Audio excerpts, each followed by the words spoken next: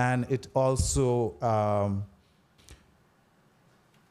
it doesn't help us because we spend to print, fold, mail, and yet those mails come right back to us. So we'd like to ask taxpayers, if you have not been getting your mail, if your mail is being returned every time, you then have to do your part in giving us that 4-digit number assigned by the Postal Service. It's also going to be more important as we go through the process of collection enforcement, because the address that we will send that mail to has to be the last address of record. And it is important that taxpayers adhere to the post office assignment of those 4-digit numbers so that all their mail can be sent to them as intended. I thank you, sir, for the opportunity. Thank you for the explanation, Mr. Mills. Before we go to the first senator, Director O'Neill, how many vacant positions are contained in this $919 million? 1,211 roughly, but we've only funded at 50%. The 1,200 funded at 50%? Yes.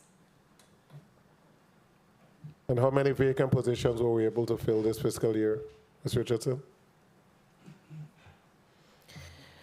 We've had a total of 610 hiring actions, but that number, it would be for new hires, 391, and that's inclusive of transfers. 391 new hires? New hires, yes. Out of a total of what was projected? Vacancies? In last year's budget? Roughly the same 1,200, Senator. And also, just to correct myself, the 1,200 is not all general fund. Some of it is federal. Okay. So we did about 33% out of what was projected for this fiscal year. Okay. Senator DeGraff, 8 minutes. Point of inquiry, Senator Francis. Thank you very much, Mr. Chair. Good morning to you. Good morning to the testifiers, and good morning to the people of the Virgin Islands. Mr. Mills, first of all, we'll be sending you a bill for that PSA that you utilize the legislative channel to issue. But more importantly, I wanted to ask you in regards to your comment about those 4 digits. For one, for you to give an example of what that should look like in terms of the information that's required.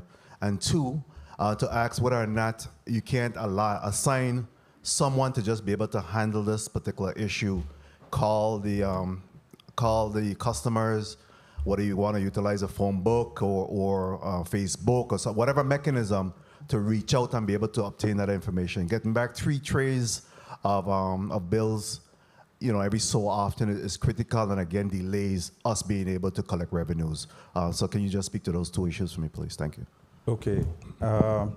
The 4-digit number that I refer to, Senator, let's say if you receive your mail at one of the mailboxes in Friednoy, you'd get a 4-digit number that says 4036 or 4039. And that is the number that you have to use to those carriers that deliver mail to particular locations, not at post office boxes, but rather at the different post boxes that are distributed throughout the territory.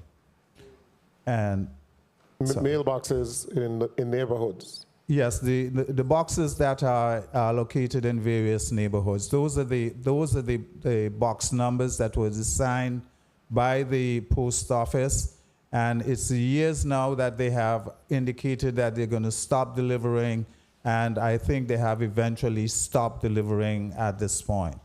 Okay. And the second part of the question, assigning somebody to follow up? Senator, that would be good for us to do. The only thing, though, is that we're short-staffed as it is now, and so with the change in systems, we had to deploy all our resources that we had. But as the new system is implemented and we have more time, then we would be able to do that. And we're also trying to acquire some summer employees as well to assist in some of these things that we need to get through, but given the staffing that we don't get through right away. And last question in reference to that particular issue, individuals who pay the mortgage through a bank and the property tax is escrowed. The wrong bill went and the bank already made payment. Are you going to credit back that escrow account? The bank has not yet made payment, sir, so that the correct bill will be sent to the mortgage or financial institutions, and they're the ones who are responsible for it. So you have already contacted them and tell them to wait for a resubmission of bills? Yes, sir. Yes, sir. Okay, thank you so much. Senator.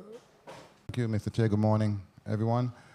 Commissioner Richardson, you said that there are 391 new hires, inclusive of transfers. How many new hires, inclusive of transfers, how many of that number is actually transfers? Transfers within a department or between departments. Let's see. So transfers within a department would be 27.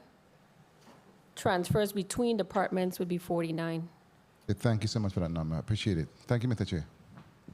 Thank you, but that does not include the 391. The 391 is separate. That is entirely new individuals. Correct. Okay. Senator DeGraff, you recognize. 8 minutes. Thank you, Mr. Chair. Good morning, colleagues. Good morning, testifiers, all viewing, listening, and present.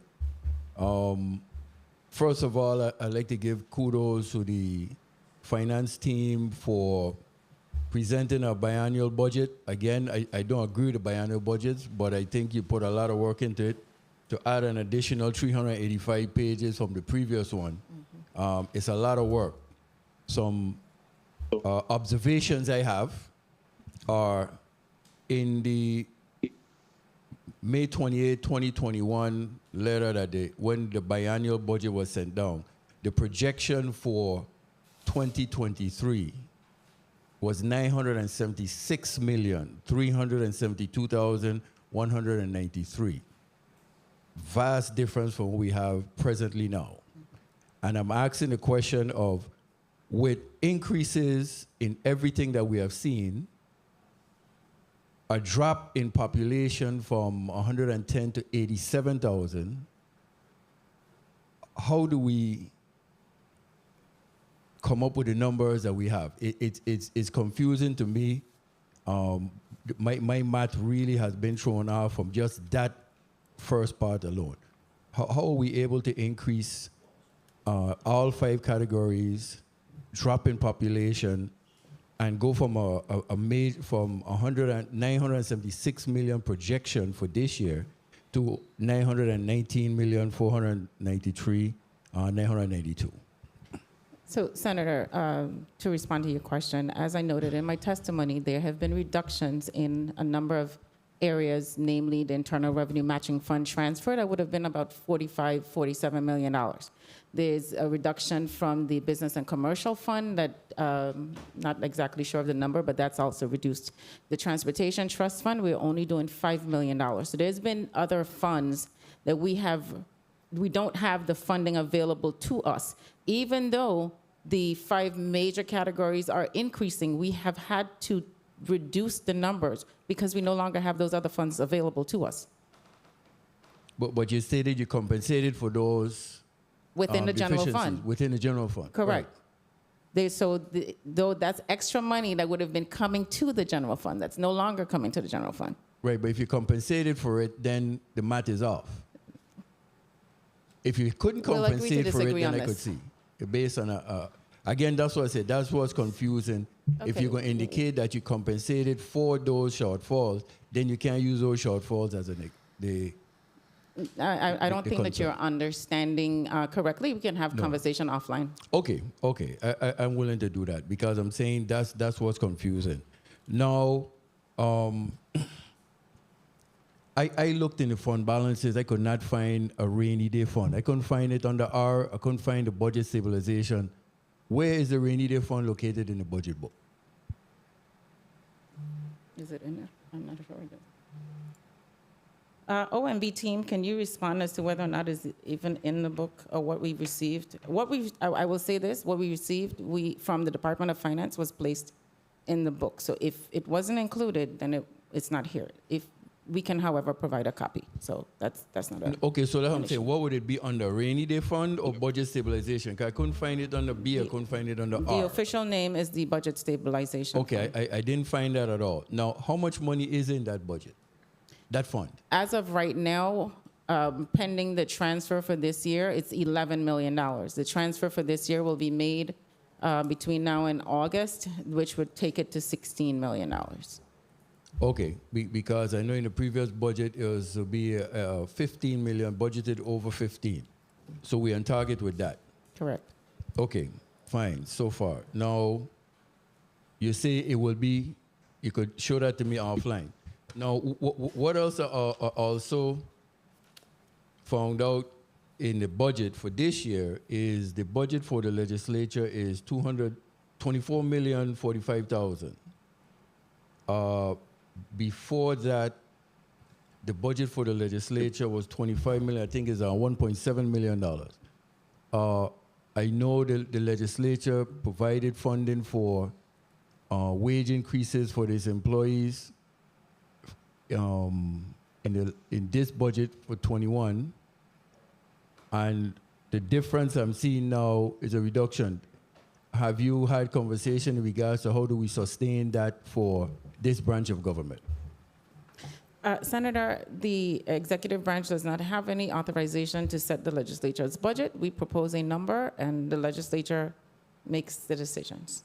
Okay, so then right off the axe and you end, where you ask us to leave the budget alone, that just went through the door.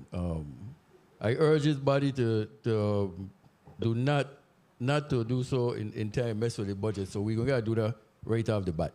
Now, in regards to the judicial branch for wage increases, I didn't see it under personnel services where they went to $40 million. Is that money the additional $2 million? Because I think their budget was 35, so that took them to 37. No, Senator, their budget was 38. They are now going to 40, and it will not be shown under the executive branch at all for personnel services. It's shown in a separate bill specific for the Supreme Court at $40 million. Okay, good. I wanted to get that out. Thank you very much for that. Now, 2 minutes. in the 21 letter, again, it was an estimation of a 3% increase for wage increases for executive branch, government employees. Now, you're saying there is over $16 million for wage increases in your biannual budget. In the And fiscal you're year saying 2023 budget. 2023 budget. So is it the same 3% that you're projecting, or is it an additional 3%? That is the for- value of the 3%. 16. Okay, so the value of but then you have it in a biannual budget. So if you put 16 million, you don't break it down for 23, then again, that math is off to me. Okay. You said over $16 million for wage increases. You submitted a biannual budget, 23 and 24. Is it 16 million for 23? That's and correct. the over that you're speaking of No, is over? no, Okay, so not for 23 and 24. no. Okay, so There's that's 3% that is a value of $16.3 million in 23. We've accounted for an additional, and we will be, when we present the 24, apparently, since that's not what's being discussed today. It's another 3%. So it'll be another, at minimum, $16 million for 24. yeah, that might get me totally thrown off. Okay.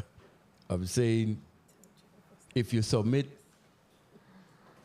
the annual budget according to law as one, then 16 million is for that. $16 million breakdown, then it's going to be a whole nother issue. Okay, so I'll keep moving. The Transportation Trust Fund, how much money is in the Transportation Trust Fund presently? Commissioner Bruce will respond to that. Thank you. Time. Sheet open, I'll respond. If you don't have it right now, being that my time was called, you want to wait, Mr. Chair, or do you just want to move on and you can answer once you find it? I don't have a problem with that. I'll give her a few minutes to find it. As soon as you have that amount, let me know, and I'll recognize you. Okay, thank you for the time, Mr. Chair. Thank you, Senator DeGraaf. Senator Francis, you're recognized. Thank you very much, Mr. Chair. Good morning once again. I want to say that I believe that the financial team should be commended for the work that you have done. Certainly your steady hands and careful overview of our budget were critical, and I certainly appreciate that. I know that there are many areas that have gone, many other locales that have gone in the opposite direction, and we continue to see increases here in the Virgin. So kudos to the financial team in that respect. So the budget that you have presented here, is it reflective of our goals to work towards performance-based budgeting? Yes, Senator, it is. How so? You will notice in this very large book, we have accounted for departments in budgeting by activity centers, and also showing their KPIs or key performance indicators, as we've discussed many years now, for performance-based budgeting. But the OMB team will be able to give you further detail on that if you want to. Well, what's concerning me, are we then holding our agency heads and our various agencies accountable for the KPIs? Do we have someone that was going to be monitoring these? Are the budget analysts of the respective agencies tasked with the responsibility to ensure that, in fact, they're following the KPIs? Yeah, so we can do as much as we can. When we have issues, I will say that we do take them to the governor, and the governor is on board with this. He is speaking to cabinet members, department heads about where they need to go. We actually have a meeting scheduled with a number of departments within the next 2 weeks specifically to discuss this. So the governor is doing what is necessary to hold them to task. Another major challenge as we review this budget is the issue of overtime. Is there a separate category carved out for overtime? Are you monitoring overtime? What have you assumed will be the allowable overtime moving forward to the various agencies? So the problem with overtime for all of the agencies that are habitual, I would say, in having overtime is the lack of new staffing. The claim or the cry is that we don't have enough staff, so we have to have the existing staff work overtime. We have that a lot with VIPD and a number of others. So we are monitoring, but in the absence of really getting more people hired, I don't know how we're going to really control that. You can do to some extent to ensure that it's not the same people getting overtime all the time, so that you can maybe reduce your numbers, because typically it's the really high earners getting overtime, and that really drives the cost of overtime up. So in looking at that, I've had conversations with a number of department heads about that and making sure that it's not the same people all the time getting overtime. But outside of that, I'm not sure how we curtail it if we don't get to hire some additional people. And that's a perfect segue to us talking about hires and personnel. And I know that in your projection, you're talking about funding 50% of the 1,200 positions, I think it's 1,211, so we average about 605. Well, no, the funding amount is 50% of the value, but you still can hire up. We just know that you're not going to hire 1,200 people beginning October 1st. It allows for people to come on throughout the year and still have enough funding. So it's full 1,200 positions. So the financial reality of it is that you can't hire 1,200, so we're looking at about 605 funded position when you look at 50% of that. So, and we have only been able to hire 391 during the last fiscal year. I want to know from our personnel director, how are we going to ramp up our hires? Because of course we continue to hear on our streets that we have vacancies, we have funded position that's available, and we still have people that's asking for job. What are we doing to ramp up the hires? Thank you for that question, Senator. We've done a lot over the last several months, and that's including actually going out into the community. So I know for example, for the month of March to June, we've actually gone out on all 3 islands into the community, and we've been able to touch a lot of individuals. I think with that so far, at least 180 individuals. But we've also made sure we've had presence at unique venues. This year we had a huge presence at the Ag Fair. So we were able to touch a lot of individuals that weekend. We're definitely using all of our social media platforms as expected, and we're competing with everyone. So the marketing is accepted. Yes. Yeah. But I'm saying from the conversation to day one work. Obviously, there's a barrier there. There's no denying there's a barrier there. How have we been able to close that loop, or what do we intend to do to be able to at least close that loop so that we could really see, people getting hired in that timely fashion, without being discouraged, relocating, or whatever else that happens as a result of it, not having them hired immediately. We definitely, one of the things that we've done especially as we're moving towards our performance-based budgeting, is that we've reduced the length of time a NOPA takes to be processed within DOP, and it's on average at 2 5 minutes. days or less. And one of the other things that I started doing was tracking our PRFs as they come out of OMB. So if I see that a PRF is coming out of OMB and it's sitting there for more than 15 days, we're reaching out to those respective agencies to get them to start to move, to make sure that they're posting those positions timely. Okay. All right. I still think there's some room for improvement there, and I'm hoping that we could really work on closing that loop. OCB, in regards to contracts, and I know that you're talking about doing some work within the next 3 months to bring some of those union contracts up to speed. What do you believe is creating the delay in being able to address some of our union contracts? Good morning, Senator. Good morning. There's a number that have been expired for some time, and between 2 and 8 contracts expire each year. So as we're negotiating contracts, more are expiring, so there's constantly a number of expired ones. The delay, negotiating contracts takes some time, meeting of the minds. Of course, we also had some delays due to COVID. We had to shift from in-person to virtual, but first address the immediate issues of COVID. Very well. My time is running, so real quickly, Director O'Neill, in regards to the interest that have been earned on our federal funding, ARPA, for example, what is the amount that have been earned in interest on the ARPA money so far? Commissioner Bruce? Good morning, Senator.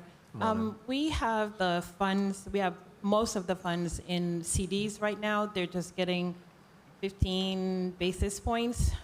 So over a year, that would approximately be about $500,000. We are currently looking into an RFP to issue so that we can get an investment manager to invest them safely. So the intention, that money is going to be earmarked for the purpose of investment?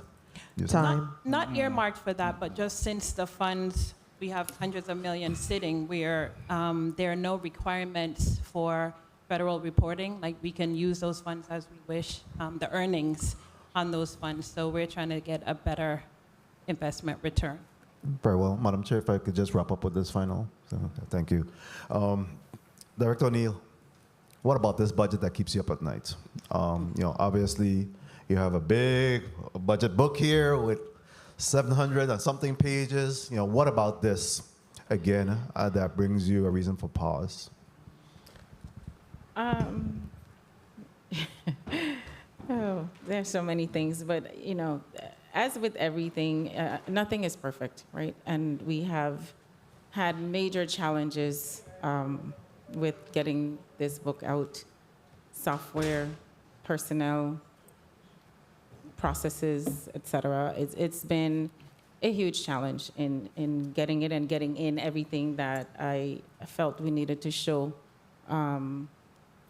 So, bottom line, it still bothers me that there are still some things in here that we need to fix. There are a number of things actually that we need to fix. Some things that are out of place, placed in different departments where it shouldn't be, et cetera. And we've identified most of the issues, and we are going to fix them and make sure that the departments get the correct things and reissue this at some point. Thank you for the opportunity to say that, though. Thank you, Senator Francis. Commissioner Bruce, do you have the information on the Transportation Trust Fund? Yes, currently the balance of that fund is 2.1 million, so 2,152,871 specifically. All right, thank you. Very quickly, I want to go back to the question that Senator DeGraff was asking earlier as it relates to, and I think is an important part of the conversation because he was indicating that he felt that the math was off. But I don't know that we did such a good job of explaining why the numbers look that way. And it's important for us because when we projected in FY 2022, our projections was some 40.3 million, correct? And those projections were inclusive of the 30 million from the ARP and other revenues, correct? So I think the explanation needs to be given why the number is so off. Because if we don't provide that explanation, then it gives the appearance like the legislature over-projected its FY 2022 budget. I'm a part of this body. We need to clear that up. Thank you, Senator. So to provide further clarity to what I said as well, there was included within the fiscal year 2022 budget when it was submitted, 22 and 23 when it was submitted, we included $30 million from the American Rescue Plan Act for transfers into the general fund. That is no longer a part of the revenue projections. We took it out for 22 and we've taken it out for 23. We are not using, even though we have the authorization to use funding from ARPA for revenue loss. We have not found that we needed to use it. Instead, we have lowered our expenditures or tried to lower expenditures and lowered the budget amount to not include that and allow that funding to be used in areas where it is more needed, such as the continuing provision of, such as continuing to handle the pandemic or endemic phase now of COVID-19, the testing, et cetera, that is still ongoing. There's still a number of people that are ill. So that is one, in addition to the Internal Revenue Matching Fund and the $45 million that has come out, that's $75 million right there, plus the reduction in the Transportation Trust Fund and the Business and Commercial Fund. So that is the reason, or the largest reason why the numbers are significantly less than what was initially proposed.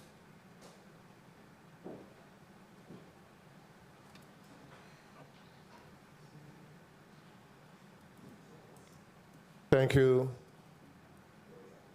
Thank you for that answer. Senator Javon James, you're recognized. Good morning to the people of the U.S. Virgin Islands. Thank you, Mr. Chair, for the time. As far as the global market, or just meaning the U.S. mainland, I've been paying attention to the news, and I've been seeing that they are predicting certain hiccups in their system as far as economic woes. Can you speak to how we are preparing and factoring those things and taking it into consideration when it comes to the FY 2023 budget? So relative to the economy, Director Degazan.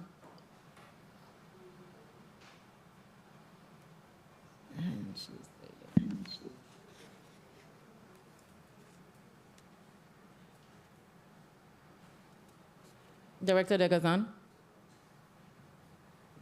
Hold the Senator time. I'm seeing that she's still signed in there.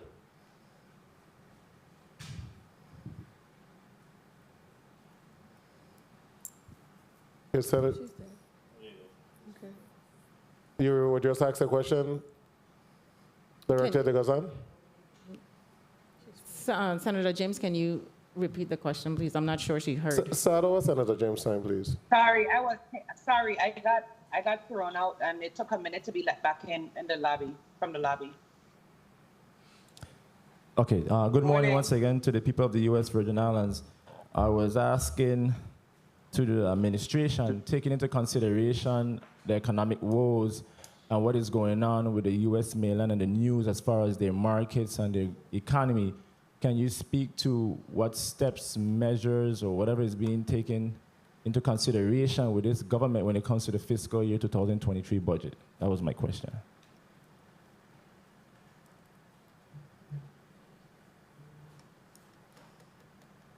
Director O'Neill, you want me to answer that? Yes, please. Okay. Good morning, everyone. So as we look at the economy nationally, we can see that there's issues across the board, even globally. However, we're always proud to present where we're at, especially over the past year within the territory. If you look at our GDP, if you look at our overall numbers, you'll see that we have been very resilient and even outperformed where we were expected to be below when it comes to the economy. For example, our loss of the economy was less than what it was nationally. There is no one thing that can be done to create a trajectory for success for an economy or even for the tactics for the local government. It's a culmination of policies, collaboration with the legislative unit and the executive branch to come together. For example, why we're here with this budget today going over this as a team. So this is a team effort. There's no one trick. This is us looking at the budget line by line, looking at policies that you present, and we working together as a team, and just to make sure we remain in this positive flow. Well, thank you for responding, but I would like to add to that. I know Governor Bryan made mention several times in the news, specifically the VI consortium, regarding the focus for the next, I think 3 to 5 years, as far as construction being one of the main focus. So that was one of the answers I was expecting to hear, as far as how we would be able to sustain. And we know we have a lot of federal dollars that's coming in. I know with the Virgin Islands Housing Finance Authority and ODR, they're expecting to ramp up. And hopefully with those construction jobs, you can see some revenues, because as we know, the situation with Hovensa, I'm hoping and praying, I should say on Lime Tree, I'm hoping and praying at some point that conversation can be had to find out what would be the future of Lime Tree so we could take into consideration those revenues. Those are the answers that I was really want to hear, but I respect your answer. Those answers are in the testimony, and that's why we started off with all of those numbers, what you're asking right now. We talked about construction. We talked about everything that you just pointed out there in line with what the governor stated. Thank you. And I know the government of the Virgin Islands has been subsidizing the energy rates. And my question is, as far as the funding source, what have we been using to subsidize those rates? So, Senator, thank you for the question. The funding being used is the actual American Rescue Plan. In particular, the funding that we would have used to go towards the general fund, that revenue loss category. So we have paid given WAPA about $12 million so far to assist with the purchase of fuel from that revenue loss category. Okay, thank you so much. And when it comes to that specific item or cause, which is Water and Power Authority, is there a cap that you have in mind, or is just, I won't say unlimited funding source, but what is the cap? What is the draw off? What is the cutoff point when it comes to subsidizing? You have that in mind? Oh, I've reached my cap. I mean, just to be honest, I've reached my cap. However, we do understand where we are. The fuel rates are still very, very high. And in order to continue to allow for persons, all of us, I should say, who depend on WAPA for electricity to not suffer, we will continue to make those payments. Again, this is the part of the provision of government services, which is what we can use revenue loss for. We've given WAPA money before, and we continue to do that as much as we can up to the amounts that we have that would be allowed from the American Rescue Plan. Thank you. And the reason why I'm asking these questions is pertaining to the budget, because in your budget you said is we prefer to have and not need than to need and not have. And I want to make sure going down the road that we utilize our funding sources responsibly. And thank you for us placing that on the record as far as the funding source. Now, when it comes to the passage of Act number 8540, which is where we refinance the rum cover over matching fund bonds, can you speak to some of the positive impacts that we can see or expect from that passage of that legislation when it comes to our fiscal year 2023 budget? Any direct impacts? Senator, I wouldn't say that there's direct impacts. I wouldn't say there's a direct positive impact to the budget per se. As a matter of fact, it's a negative to the budget because that's funding that would have come to the general fund to allow for other things. So, but in terms of overall, it is a positive impact to the territory and to the retirees. So that keeps the economy going. If we don't have a collapse of GERS, that does help from a wider perspective. 2 minutes.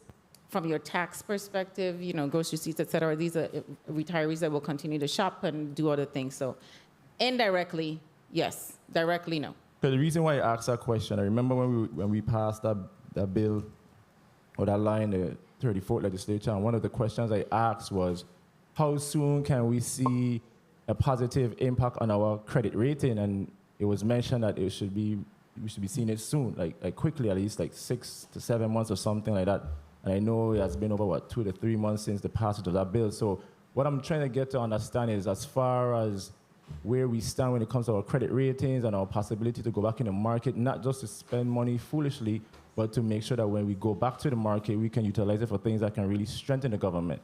Right. So there's more to getting back to the market and getting a better credit rating than just stabilizing GERS. There's also our audits that we need to, be current with and some other things. So we hope to get there, and Commissioner Bruce can speak to the audits more. That will help us to get back there. As of today, we are not there yet.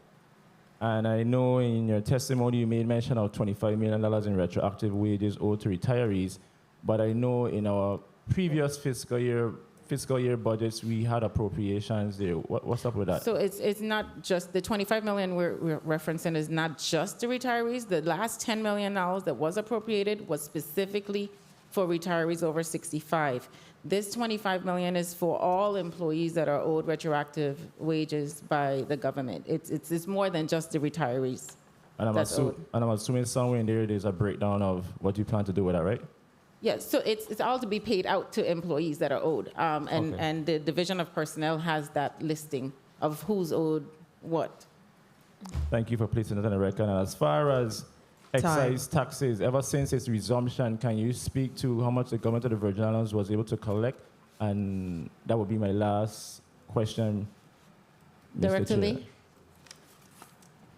Lee? Good day, Senator. All our data is posted on our website, current through May of last month. So we have that information available on the website. Obviously, it's a plethora of information. Director, if you ask a question, you need to provide the information. The public is listening to us. The public are not going to go on the website right now. So if you ask a question, just research it and just put it on the record, please. Okay, I will do so then. Thank you, Mr. Chair, for the time. I do want to hear that answer before the day ends. Thank you. Oh, you should have the answer within five minutes. As you said, it's there, so he should be able to give the answer. Commissioner Bruce, were you able to provide the information, the question that was asked? You did? Yes, Okay. yes, I did. Point of inquiry, Senator Fred Gregory. Please recognize Senator. Thank you, Mr. Chair. So I want to go back to the discussion from the previous speaker on the removal of the 30 million.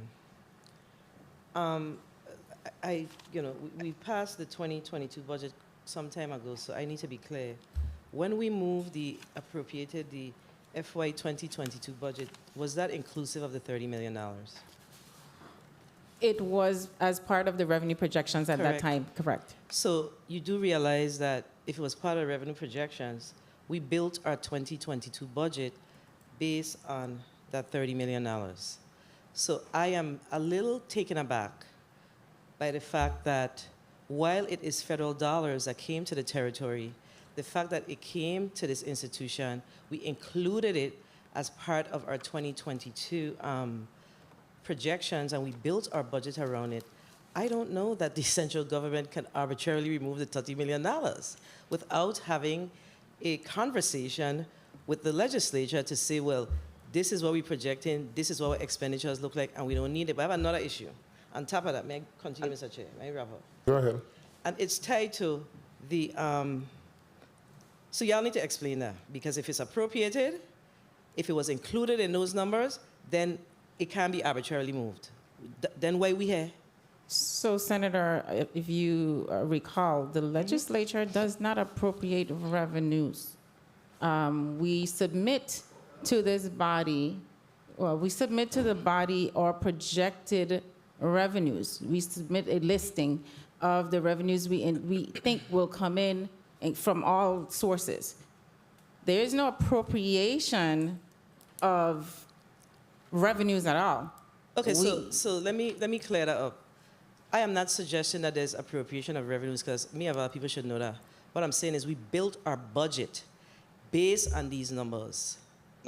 So if you build your budget based on those numbers, based on the projections, and it goes back to what I said earlier when Senator DeGraff asked the question, then it gives the impression that we pass an unbalanced budget. That is the concern. And it is a legitimate concern, because now the projections are looking different, and we have not received a supplemental budget to date to show that there is a drawback on the appropriation numbers that we pass. That's the issue. Right, and we are preparing the supplemental, and we are preparing the reports to bring to this body, so we're just happening to have this conversation before I actually got the supplemental out. So that is on me to not have had it here before. But it's not intentional to not have a conversation. We will have the conversation, and I will be bringing a supplemental to show where we are with current revenues. I will ask the other question, because I only asked for one point of inquiry. I'll ask them at the appropriate time. Thank you, Mr. Chair. I am very concerned about us building a budget and then numbers being pulled back from it based on the forecasts. Thank you, Mr. Chair. So, did the 20 million, how much we paid WAPA? 20 million? 12. 12 million. And that is Only 12. That is over for how many months? That's a.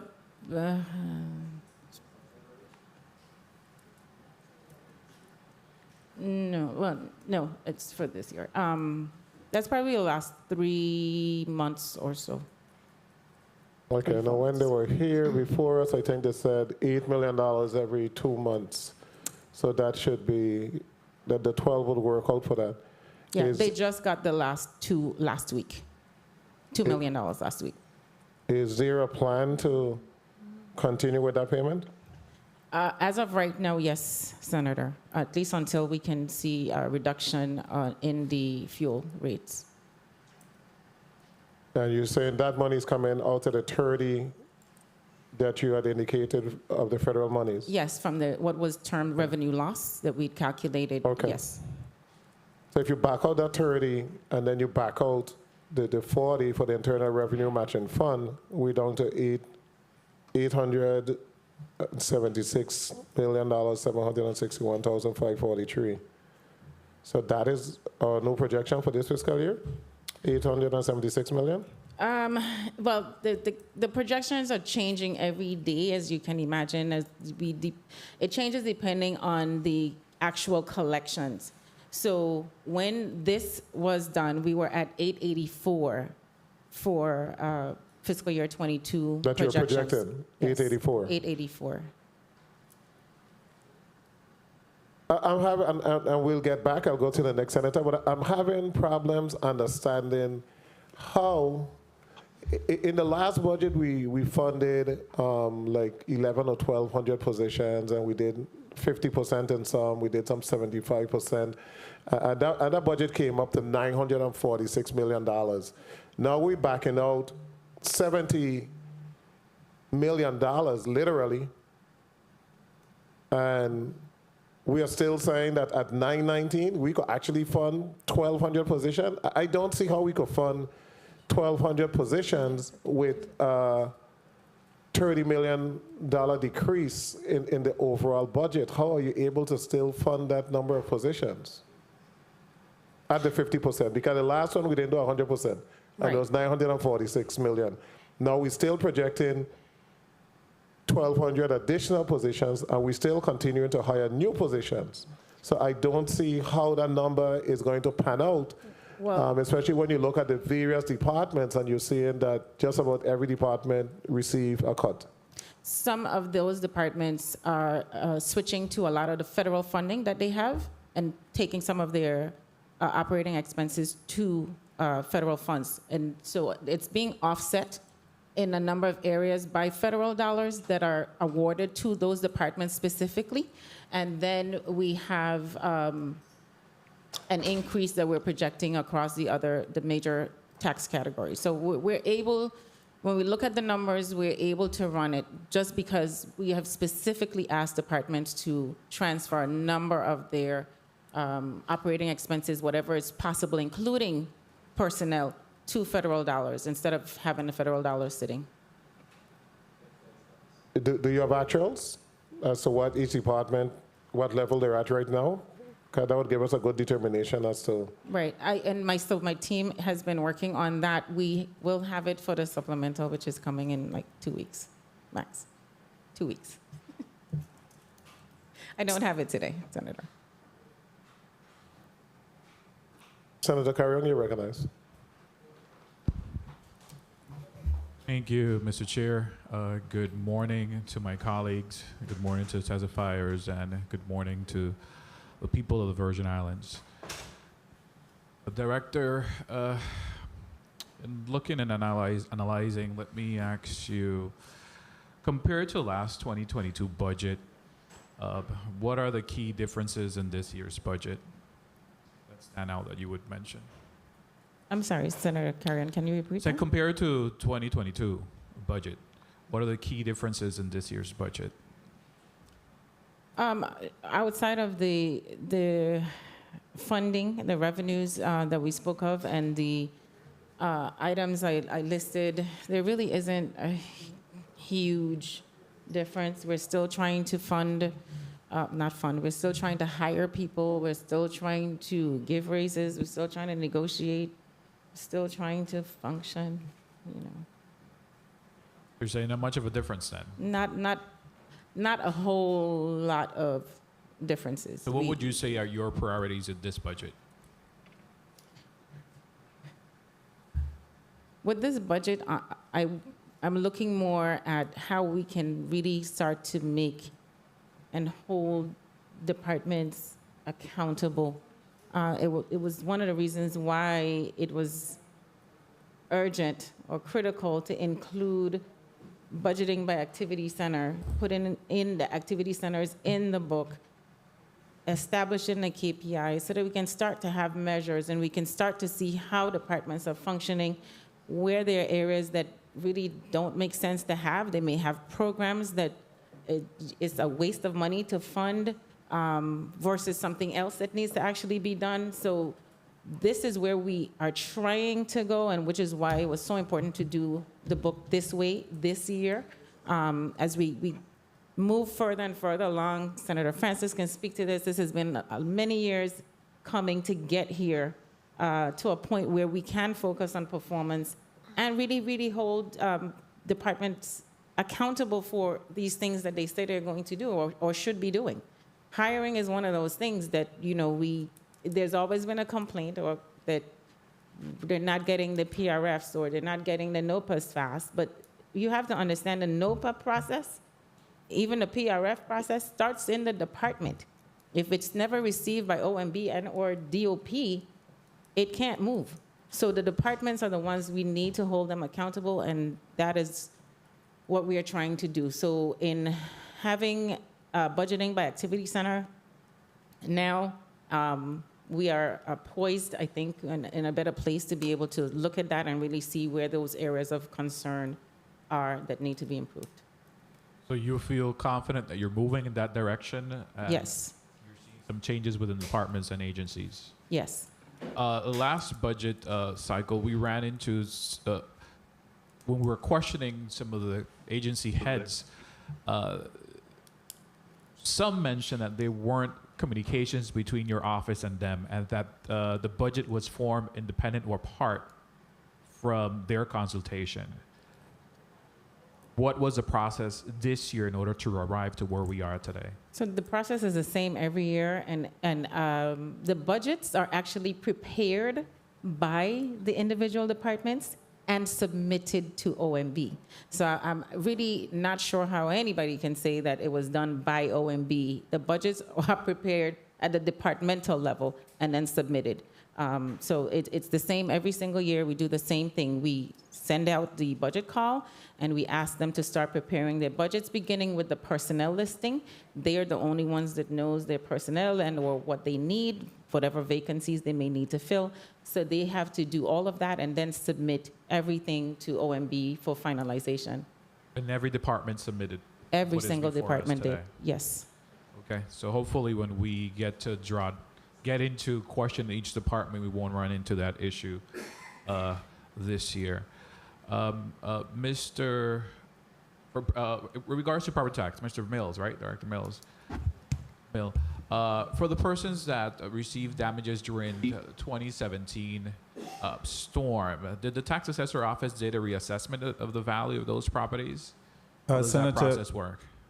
The short answer is yes. For 2018, what was done was that we did before and after comparisons of structures and flyovers, and we were able to then adjust for damaged properties so that most persons who would have had damage would have seen a decrease in their improvement values for 2018.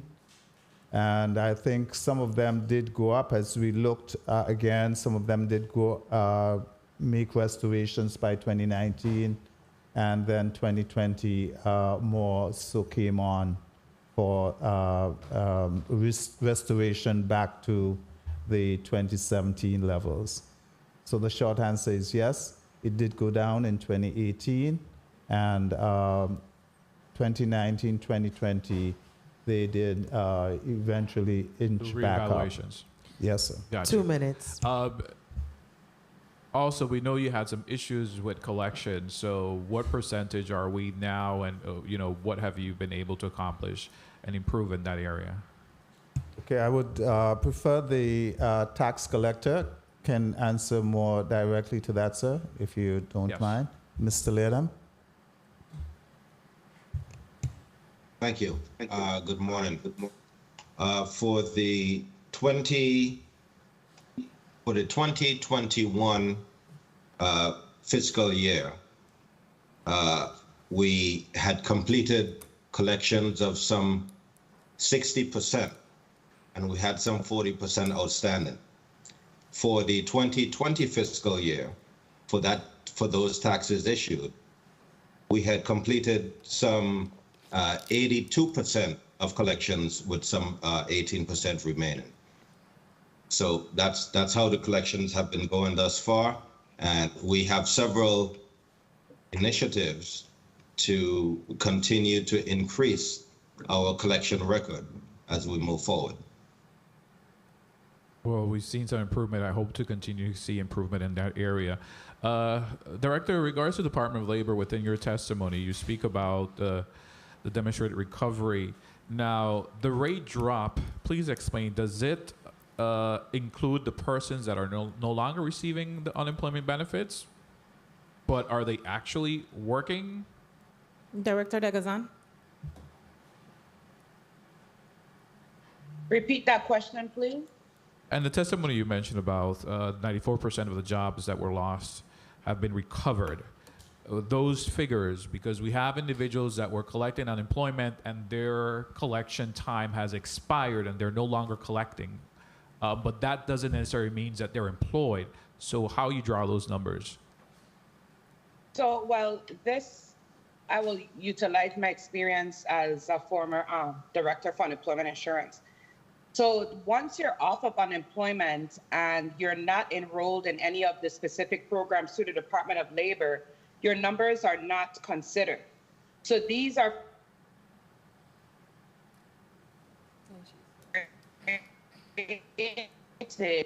Was I disconnected? Did you hear me? No, we missed you there for a bit. Can you please repeat? Okay, so let me start over if you don't mind. Yes. So I'm going to draw on my experience as the former director for unemployment insurance. So the numbers that are here for unemployment, it's going to include numbers that are actually being administered, or if they're part of a program and they're generating benefits. Once you complete your benefits or the duration thereof, your numbers are no longer included unless you're employed or some other form of governmental assistance where your number would be considered in that area. So if you're asking specifically about those that are not employed, unless they're not taking part in any of the programs through Department of Labor, the numbers are not included. Or they're not included in the numbers. Gotcha. So then this percentage might not be really accurate based on our employment rate. It's what I'm getting. Thank you. No, Chair. the employment rate is always going to be correct because it's going to be based on those who are either drawing or those who are employed. So and then if you're unemployed, it's going to take a holistic look based on the Bureau of Labor Statistics. So your numbers are always going to be correct for Department of Labor for these types of statistics. Thank you for that answer. That number is based on who's seeking employment. We still have a number of individuals who are not seeking employment that are not calculated into the particular unemployment rate for any state, jurisdiction, any place. So it's good that it's decreasing. I can't say that, but it's definitely not a reflection of all the individuals that are not employed. Mr. Lee, did you get the excise tax number? Good day, Senator. Yes, sir. It's 46.7 million since we resumed collections at the beginning of 2021 through May of 2022. Okay, but I think you're trying to get for this fiscal year, because that's a cumulative figure of FY21 and FY22. Okay. This fiscal year, it's 24.5 million. 24.5 million. And what's your... Yes. What are you anticipating for the year, for this fiscal year? Well, we have a budget expectation of about, let's see here, 40 million. 40 million. Oh, your year? So my apologies, 36. Sorry, 36. 36 million, okay, for this year. Yes. And where are we at right now, you said? 20 what? 24? Well, 25. Yeah, 24.5. You could say 25. As of May? Yes. Okay. And gross receipt, I'm seeing we're at 154 million, and you're projecting how much, Director O'Neill? You're projecting 242?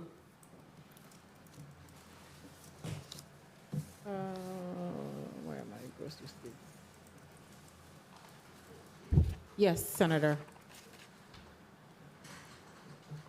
Okay.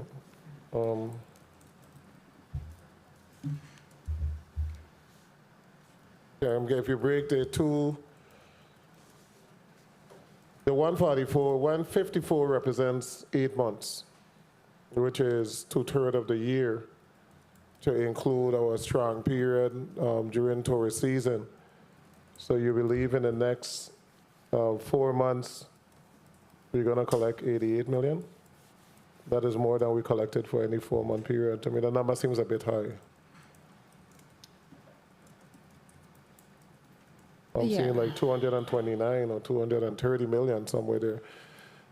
Yeah, it depends, Senator, because there have been, what we're seeing is because, remember, there's the ongoing delays in when products come in. So sometimes it comes in a lot one time, and then, you might have a little lull. So it's really, really hard to say because of the dynamics involved with shipping, et cetera, and tied to gross receipts. So, this is we're hoping for 242, and we are almost positive we'll be in that region of 242. Director Lee? Yes. Yes, Senator, if I could add, essentially what Director O'Neill is kind of saying, we anticipate goods coming to the territory that have not arrived here yet that is going to be sold. So what we've seen is because of the whole supply chain issue that are going on, stuff kind of comes in bulk. So even though you're looking at a 4-month average, what we're seeing is there's going to be a big bump or spike that's going to happen for goods that have not made it on the books yet. Right, and Senator, as well, there again, because of the number of projects, and Director Williams-Octolin can speak to that, the number of projects that are online and lined up to be paid between now and the end of the year, end of the fiscal year, whether from FEMA or otherwise, there is an expectation that we will get increased gross receipts from those payments as well. Thank you so much, Senator Blyden. You recognize? Thank you, Mr. Chair. Good morning to my colleagues, listening viewing on the staff, central staff. Good morning, testifiers, Director O'Neill, and thank you so much for your testimony. Good morning, Senator. I want to congratulate the team for this budget book, well put together. I must say, and for presenting a balanced budget. Again, let me ask Director O'Neill, because I kind of smiled when I read your testimony and you spoke to the difficulties in recruiting. And we know globally there are difficulties in recruiting individuals when it comes to the workforce. And you also spoke to us losing 20,000 people here in the territory. That's a large number. Yep. That's a blow to us here in the territory. But at the same time, there's a bright spot, as you spoke to tourism. We hit the 1 million mark again, 1 million, I believe, 73,000. And many of those individuals are staying. Absolutely. They are staying. So we must find a way in terms of training to help fill the gap when it comes to recruiting individuals, because and as my colleague stated, and as we have been stating here on the floor, many individuals come to our office on a regular with resumes, well qualified, educated. Many times they're still saying that overqualified for whatever reason. I still don't get it. It really bothers me, when I hear exactly what our challenges are. And throughout the budget, staffing, we need people that's qualified. But at the same time, I believe training plays a critical role also, because it's not everything you have to have a master's, a doctor's, what have you. You can train individuals, to do the basics. Let me go to the budget book, because I know when it comes to the stamp tax,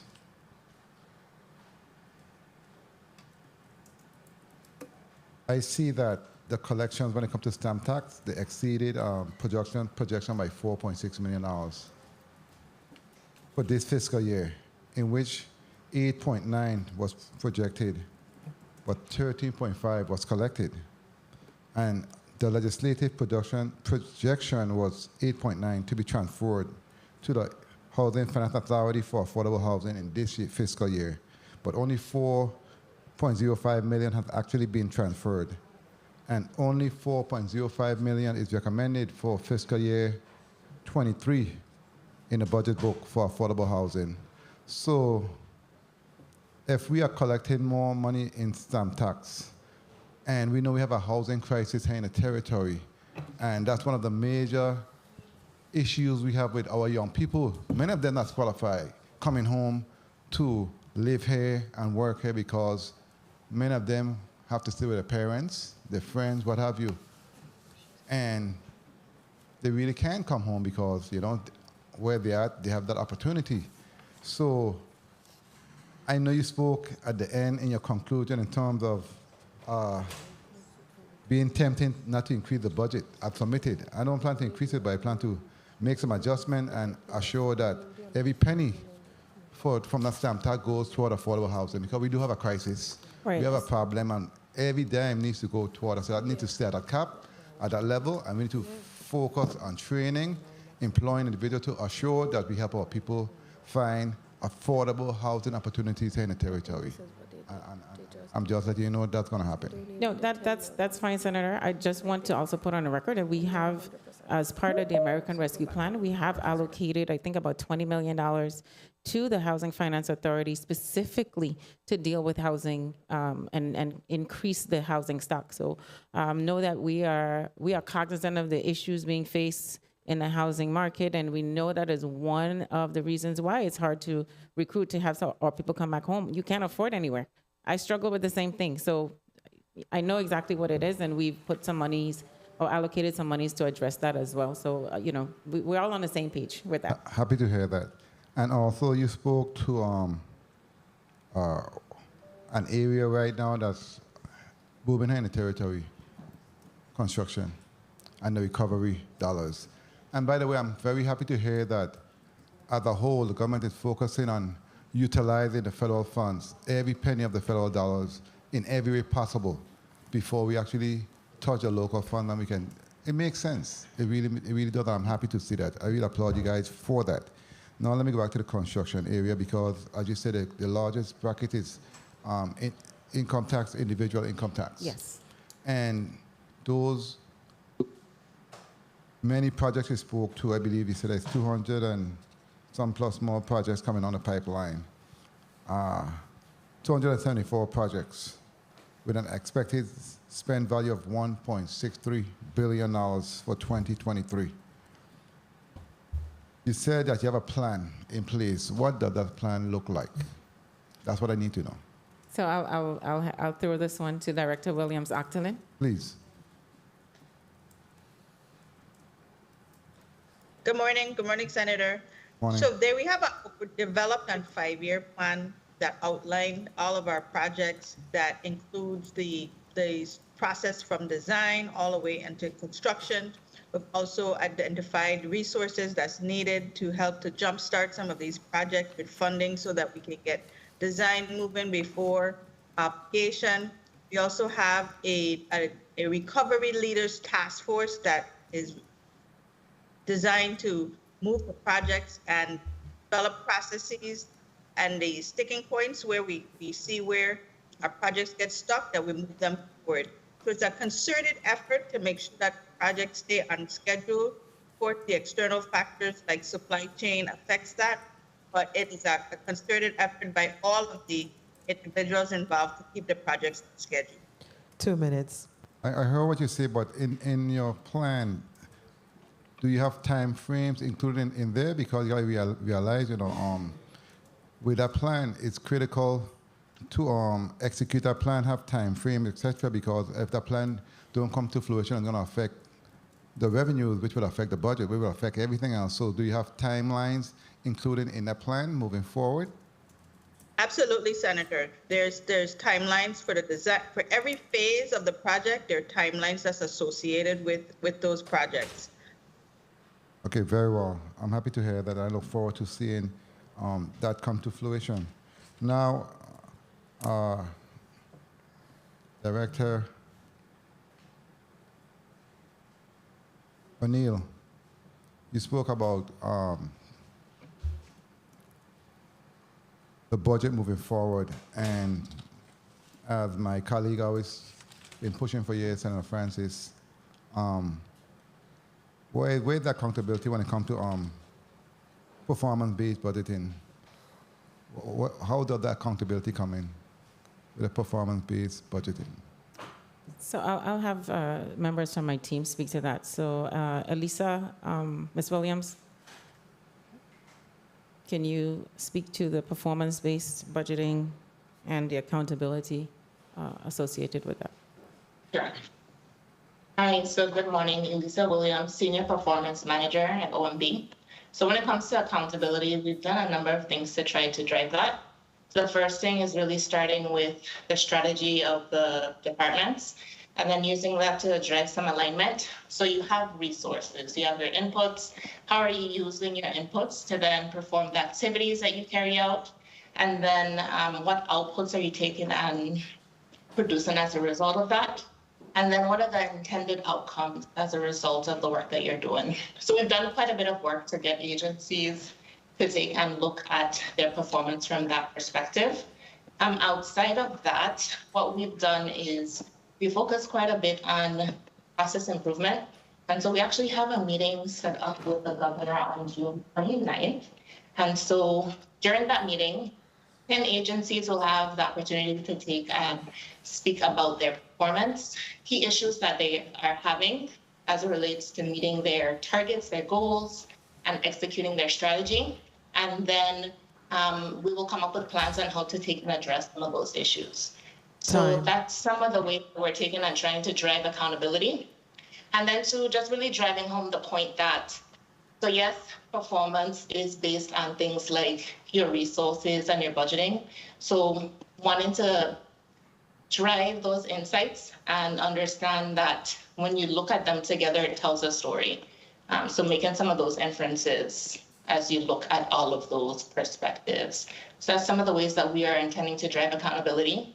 And then another thing that we'd like to mention is, so when there are cabinet meetings and just any opportunities that we have to take and talk about agency performance. So if we are perhaps missing any results from any agencies, we do call them out and try to drive them in measuring their performance so that they know that we're looking at it and they should be looking at it. And more so than anything, performance isn't just a mandate that OMB has. It is something that agencies should have ingrained in the work that they are doing. It should be a part of their culture. Okay, thank you. And in closing, Mr. Chair, if I may. Yes, you may. Director O'Neill, you spoke to also moving from recovery to expansion. And we know that Frenchman Reef, Sugar Bay, and other damaged hotels, etc., are coming back online. Those numbers factored in the new budget, and what the timeline in respect to the budget where you see those revenues coming to assist us in the territory? Because we know the Airbnb and others have been carrying a load, so what does that look like? And thank you so much, Mr. Chair, for the added time. What does that look like in terms of the numbers and your projection? So thank you for that question. Yes, Senator, we know that what used to be Marriott Frenchman's Reef will be or should be coming back online in the last quarter of this calendar year, so around the November-December timeframe. And the increase for hotel room tax has been factored in for tourism in particular, because that fund goes, those monies go to the Tourism Advertising Revolving Fund.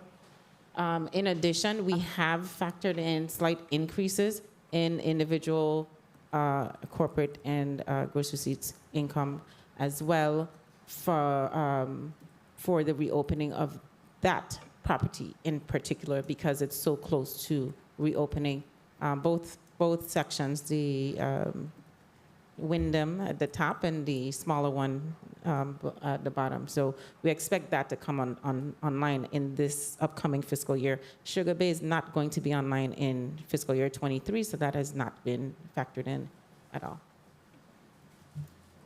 Thank you, Senator Blyden. Point of inquiry, Senator Francis. Thank you very much, Mr. Chair. Quickly, Director Richardson, in regards to the beneficiaries of those individuals that's owed the 8% retroactive, what's the status of them receiving their payment, and how are we keeping them informed as to what's going on there? Is there money left to make sure that they get paid as well? Yeah, so we have at least 153,000 that have been staged, and they have started to be processed at DOF. So we have that, and it's ready to go, and it's in the works. So as soon as they're processed, they're going out. And relative to the funding, Senator, the appropriations, the payments have now exceeded appropriations, and so that is part of the supplemental that I am bringing so that we can clean that up and account for the remaining individuals that need to be paid. Very well. So do we have a timeline by which they could look forward to receiving this money? Or, But they're being paid. The bringing it does not stop the payment. We've worked it out so DOP sends it and finance is now cutting the check, so there's no delay on the payments going out, even though we haven't, I haven't brought it yet, because again, that is on me, and I have been, it will come in the next couple of weeks. Very well. Can I ask again that we at least reach out to these beneficiaries and let them know some timeline, or at least be able to keep them in the loop, because they're very concerned about this issue. Thank you very much. Point of inquiry, Senator James. Yes, thank you. Along the same line of questioning with the 8%, you mentioned in the supplemental budget that there's some additional funding to cover the total amount. Can you speak to how much is that additional funding? And when you said supplemental budget, the last one or one that's coming up? No, there's one that will be submitted in the next couple of weeks where we're going to reprogram some funding that, you know, we see people aren't spending. Once we finish the analysis of the departments and where they are, we will do some reprogramming like we did last year to allow for the funds to be used where there's an actual need. And part of that is to ensure that we do a true up on the 8% payouts. The amount, Director Richardson may have that number. I do not have that number at this point. But in the meantime, can you just explain to us how many individuals are being impacted when it comes to that additional money that you plan to put in the supplemental budget? At least speak to the amount of individuals who are impacted. You mean the number of persons still left to be paid, the Yes. 8%? I have that. Go ahead. Director Richardson will respond. So right now, we have a total of 118 people right now that have come in and put in their information. No, remaining to be paid. These are the survivor payments. Okay, thank you. Thank you for that clarification. Thank you.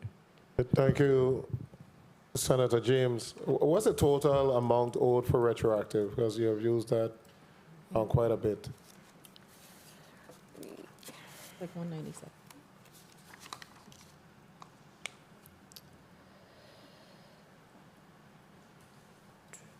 $173 million. Go ahead. Based on the information that I have here, it's 173 million total. 173 million? That number don't sound right at all. It was 200 and something at one point, and we. Right. So we're going to double check yeah. the numbers. I know it was over 2, and we paid about 37 million, 37 million dollars. Well, that was paid some years back. Like that was way back. That was Yeah, in way back. 2008, 2009. After that, I think it was still past 200 million, even after we had paid that 43 million. We need to look at those numbers. In your Appendix A, Director, in your Appendix A, you backed out $25 million for retroactive pay. That's how you got to the 884. It's really not 884. You also backed out at $30 million. Correct. So that's like you backed out $55 million. So in actuality, we'd have been at the same 940 that we had before. The exact 940 that we projected. 884 plus the 25 plus the 30 would have given us $55 million additional. Added that to the 884 would have given us the 940. So the budget was really, what we projected is really on the mark, but you have backed those figures out. And the question I think that we all have is that the projected budget covered operating expense and payroll and health insurance, et cetera, but we're somehow able to back out all of these numbers and then still have the ability to bring on 1,200 new employees. I'm not seeing how it's worked out. And that 25 million back out need legislation. Yes, that's coming with the supplemental. So what I'm really seeing, or what I really want to say, is that the number that we projected, 940, we're going to collect that, but clearly the government operating expense overall is way less than the 940. Way less, way less. So we're going to need a justification for the 919 that we have now, because it's clear that we go function on the 884, and the 884 still include all of the vacancies. Correct? On that, we have no argument. Senator Gittins, you recognize.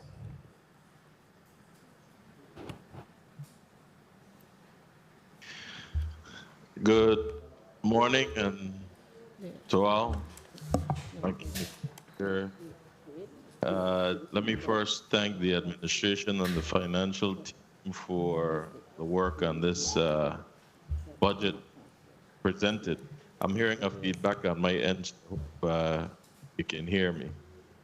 Let me start with the drop in unemployment claims on page 2 of the OMB's testimony.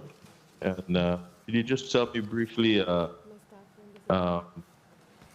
what is this attributed to quickly? And what about those employees who were let go, specifically those, for example, at the University of the Virgin Islands for not being vaccinated? And are they eligible for unemployment? So 2 questions, the attribution to the drop, and our UVI employees who were let go for not taking the vaccinations, are they eligible for unemployment? So, Senator Gittins, I'm gonna let Director Degazan speak to the numbers as presented in the testimony. However, the one piece I would like to address is the part relative to UVI employees, and we cannot speak for or to anything related to employees of any entity and whether or not they're eligible Okay, for anything. I'll await UVI's presence on that one. Director Degazan. Good morning. Okay, thank you. Good morning, Senator. So, Morning. As far as the unemployment, overall for USVI, we know it's 6% down from 7.4% in March. But let me give you some specifics. For St. Croix, it went down from 8.8 to 8.1%, and for St. Thomas St. John from 6.2 to 5.6%. As we know, as people get off of unemployment, from drawing benefits, the unemployment rate will drop. They're no longer being considered in those numbers. It can be that they gain employment, or they just came off of the system where they're no longer submitting claims. So that's where these numbers would come in. Now, we would have to solicit a specific report for you, for industry. So that's exactly what I wanted to know, whether or not they're being hired and especially in the government. We've spoken about these vacancies, a number of vacancies, for quite some time, and I am really, really annoyed with the vacancies within the Department of Human Services. Every year we come back here over for monies for hire. I mean, it's seemingly like no one's being hired. You see that talking about some 1,200 overall new and vacant positions. But before I go there, the OMB director also spoke about 20,000 the 20,000 residents lost as per the 2020 census, causing hardship in recruiting. The Division of Personnel Director, I'm aware of a number of individuals, qualified individuals, I may add, applying for jobs and can't even get an interview. Is there a problem going on with the various agency HR division as to why we can't bring on qualified individuals in this government? Especially seeing that we travel abroad to even do recruitment, etc. Thank you for that question, Senator. As it pertains to, you said individuals not being able to get interviewed, once DOP sends that referral list to the respective agency, it is that agency's responsibility to schedule those interviews. And what about, have you heard of any practice, because I know of at least two. There was a big recruitment drive in Atlanta. And we've had a couple of hits where people actually returned back home. However, the agreement was for one salary, and then next thing you know, after they've packed up and got here, everything changed up. What's going on with those practices? Well, thank you for that question, Senator. I do not have the specifics on this case that you're referencing. I do know that we've had 13 hires that came out of that recruitment drive. And what I would probably work on, at least for when we present, would be to give you the status of where those 13 individuals are right now. Thank you. I also see on the page 9, the budget highlights the 3.7 million in capital outlays to fund various department upgrades. Does this include our schools and senior assisted living homes under the Department of Human Services? And if so, how much monies of that 3.7 million is going towards education and human services? 2 minutes. Senator, those capital outlays are not for the schools. Those will be done with federal dollars. Separate. Okay. And the same for the senior assisted living homes under DHS? To my knowledge, yes. Okay, thank you.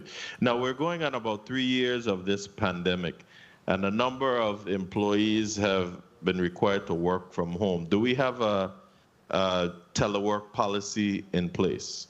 I guess that will be for Division of Personnel? Yes, the answer to that is yes. Yes, okay. And that's one that's universal for all agencies? Correct. And how many vacancies would you say have been filled this year, this calendar year, thus far? Well, based on the number that I provided earlier, we new hires, we had a total of 391. 391. And of that 391, how many are considered critical hires? I do not have that information with me. I would have to get back to you on that.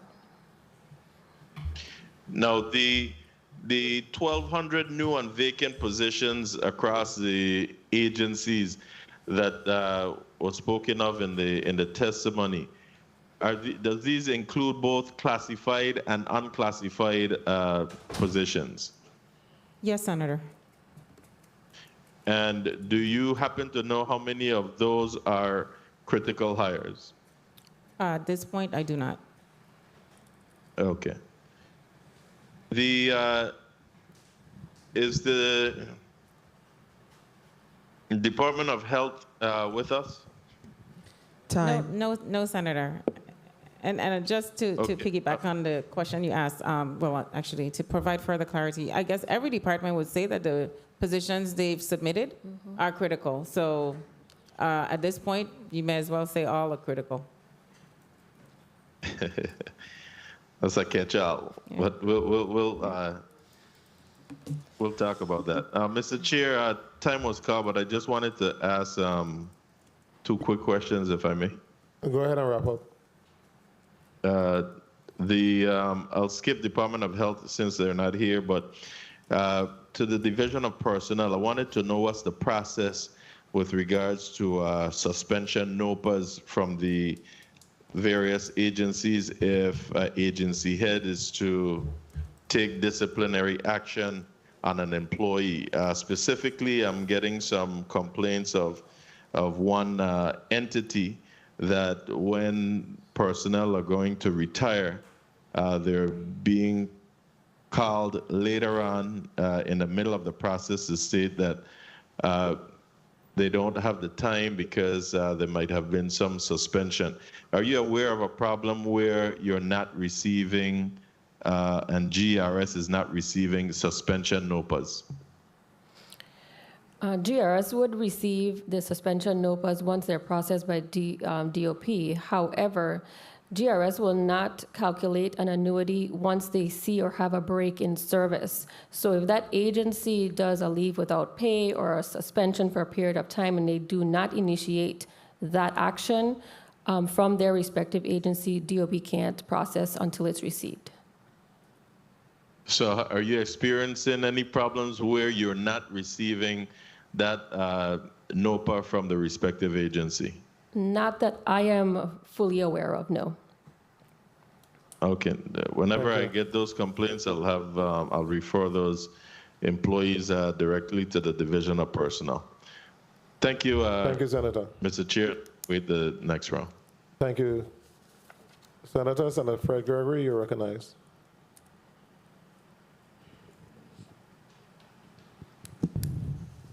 Thank you, Mr. Chair. So I want to go back to my pet peeve for today. The 30 million. So I know that we are projecting to utilize $16.3 million from the Insurance Guarantee Fund to build our budget for FY 2022, of course, and 23. Correct? 16.3. The question that I have is, so we are utilizing the insurance guarantee funds to support our budget. We have a unique opportunity to backfill our budget based on what you would consider revenue losses or whatever it is, but we still utilizing a 6.3, and then we remove the 30 million. I think that we have a unique opportunity to build back our insurance guarantee fund at this time. So was that considered in the deliberations with the financial team? So, Senator, your point is well taken, and we have taken a number of things into consideration. We also have to be cognizant of the rules surrounding using the revenue loss as for the provision of government services. You will understand. You will appreciate that we never intended to have to be giving WAPA monies because no one saw this huge increase in fuel. No. That's why I'm asking. No, I understand what you're asking. This is my time. Was it considered? Yes. Because the insurance guarantee fund by law is for specific purposes. And if we are in a position to do better, then that's what we should be doing. We should not continue to use those funds and require this body to move an appropriation for those dollars if we are in a position to do better. So that's something that we need to talk about and look at. I'm not going to stay on it for too much longer. Let's go to wage increases. Attorney Springett, how much did we pay out in wage increases this year thus far? Good morning, Senator. Okay, so you don't have that yet. I have it. I have it. I Um, have here.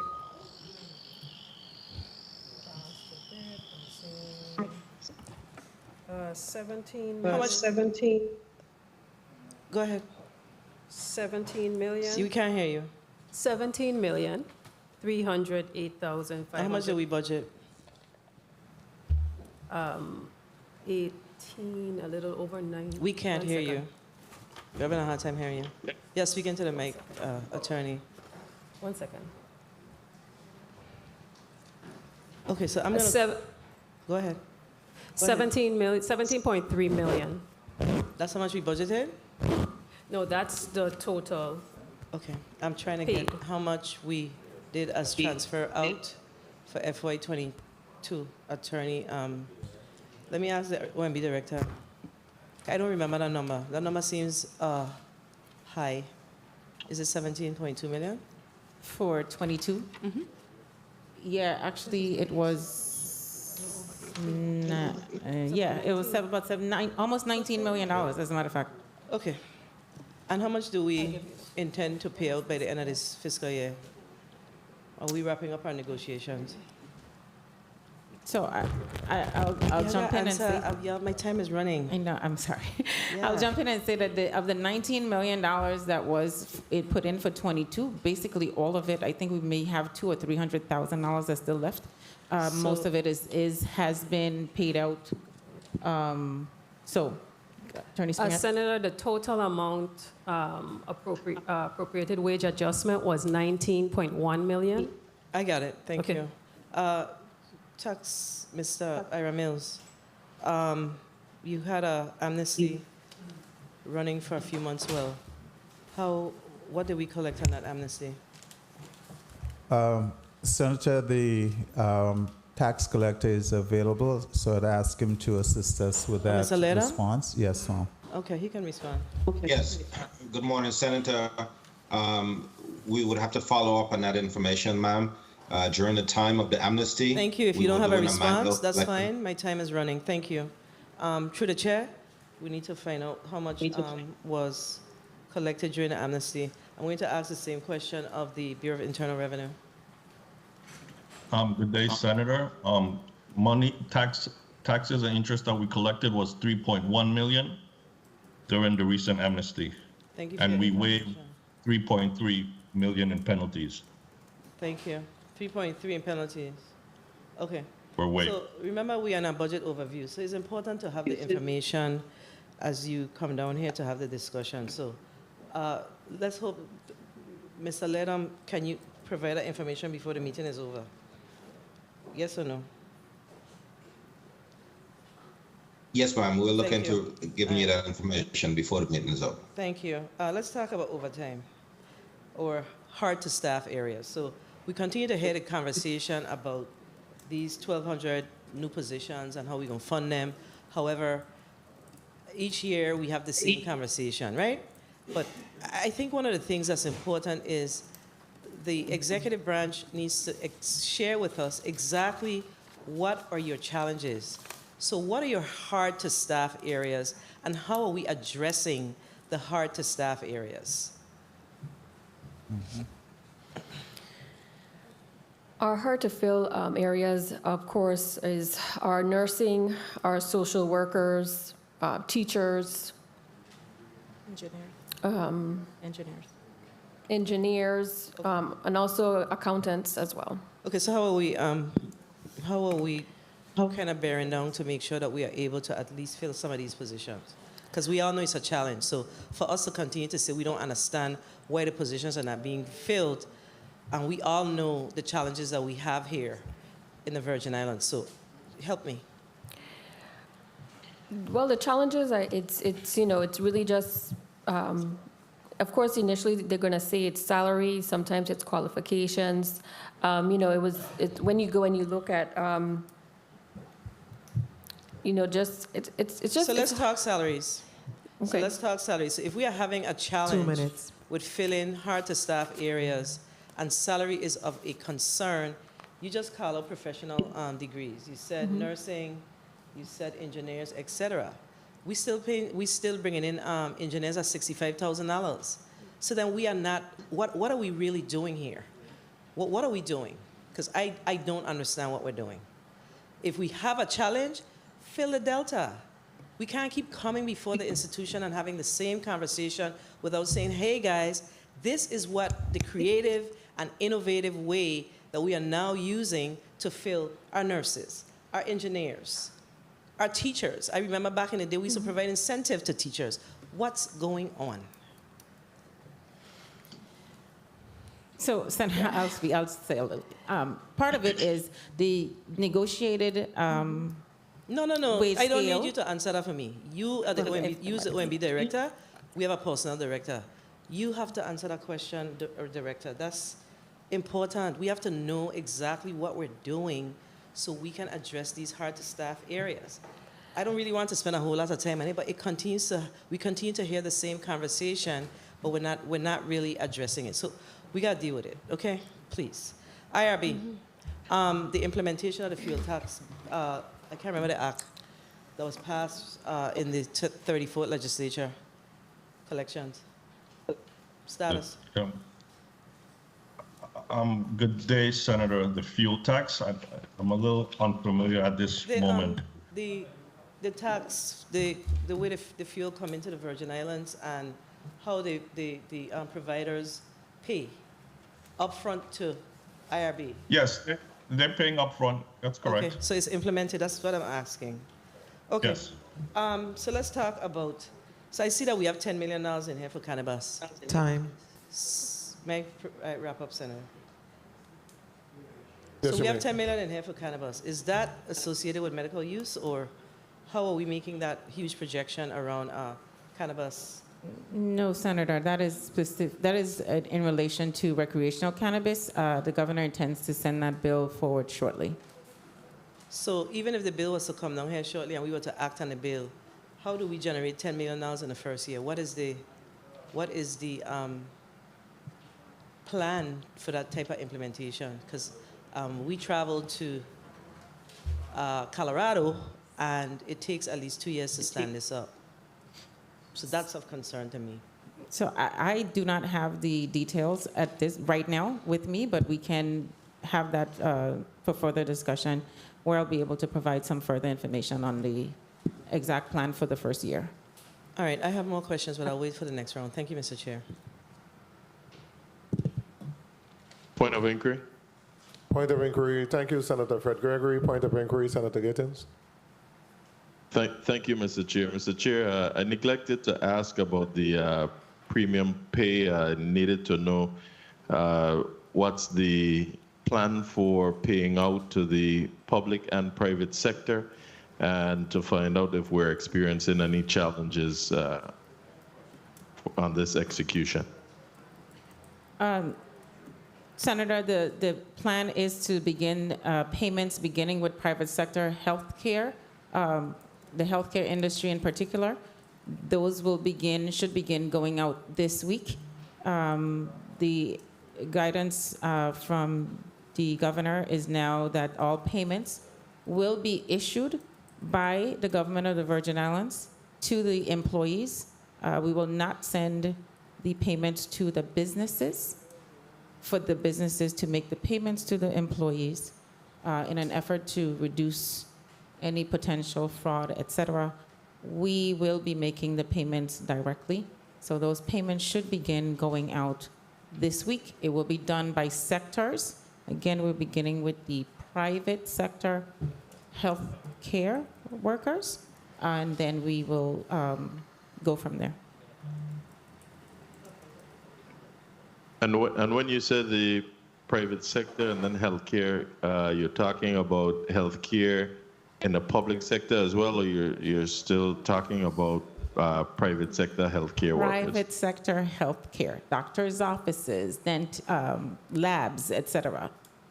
Private sector. Okay, and when do we see the one for the public sector coming? That is At lining least up. it's- That is coming. Division of Personnel is reviewing what was submitted, and so that will be rolled out shortly as well. And finally, are we prepared to do the justifications for those who fall above the pay grade that you're saying is restricted? We will be prepared to submit once we have seen or analyzed all of the data that we receive from each of the departments and agencies and other entities. Okay, thank you, Senator. Thank you, Mr. Chair. Before I go to the point of inquiry, the submission that was made by private entities included the employee address and all of that other stuff? It included their social security numbers, and I think it did include addresses, if I'm not mistaken. But we are in contact with those private sector businesses, and we'll get the additional information. What we've seen is a number of those private sector entities do not have a SAM.gov number, and they cannot receive payment if they don't have that, among other things. It's good to go to the employees. I have no issue with that. It's good to go directly to the employees. When you make or you have the discussion about the public sector health care, who does that include? Does it include the support staff? Does it include those who clean the rooms, the kitchen staff? Who does it include? If Snyder make a submission for premium pay, who does it include? Everybody? So as of right now, it would include everyone. The respective agencies were asked to submit Everybody. a listing of their persons who were deemed essential.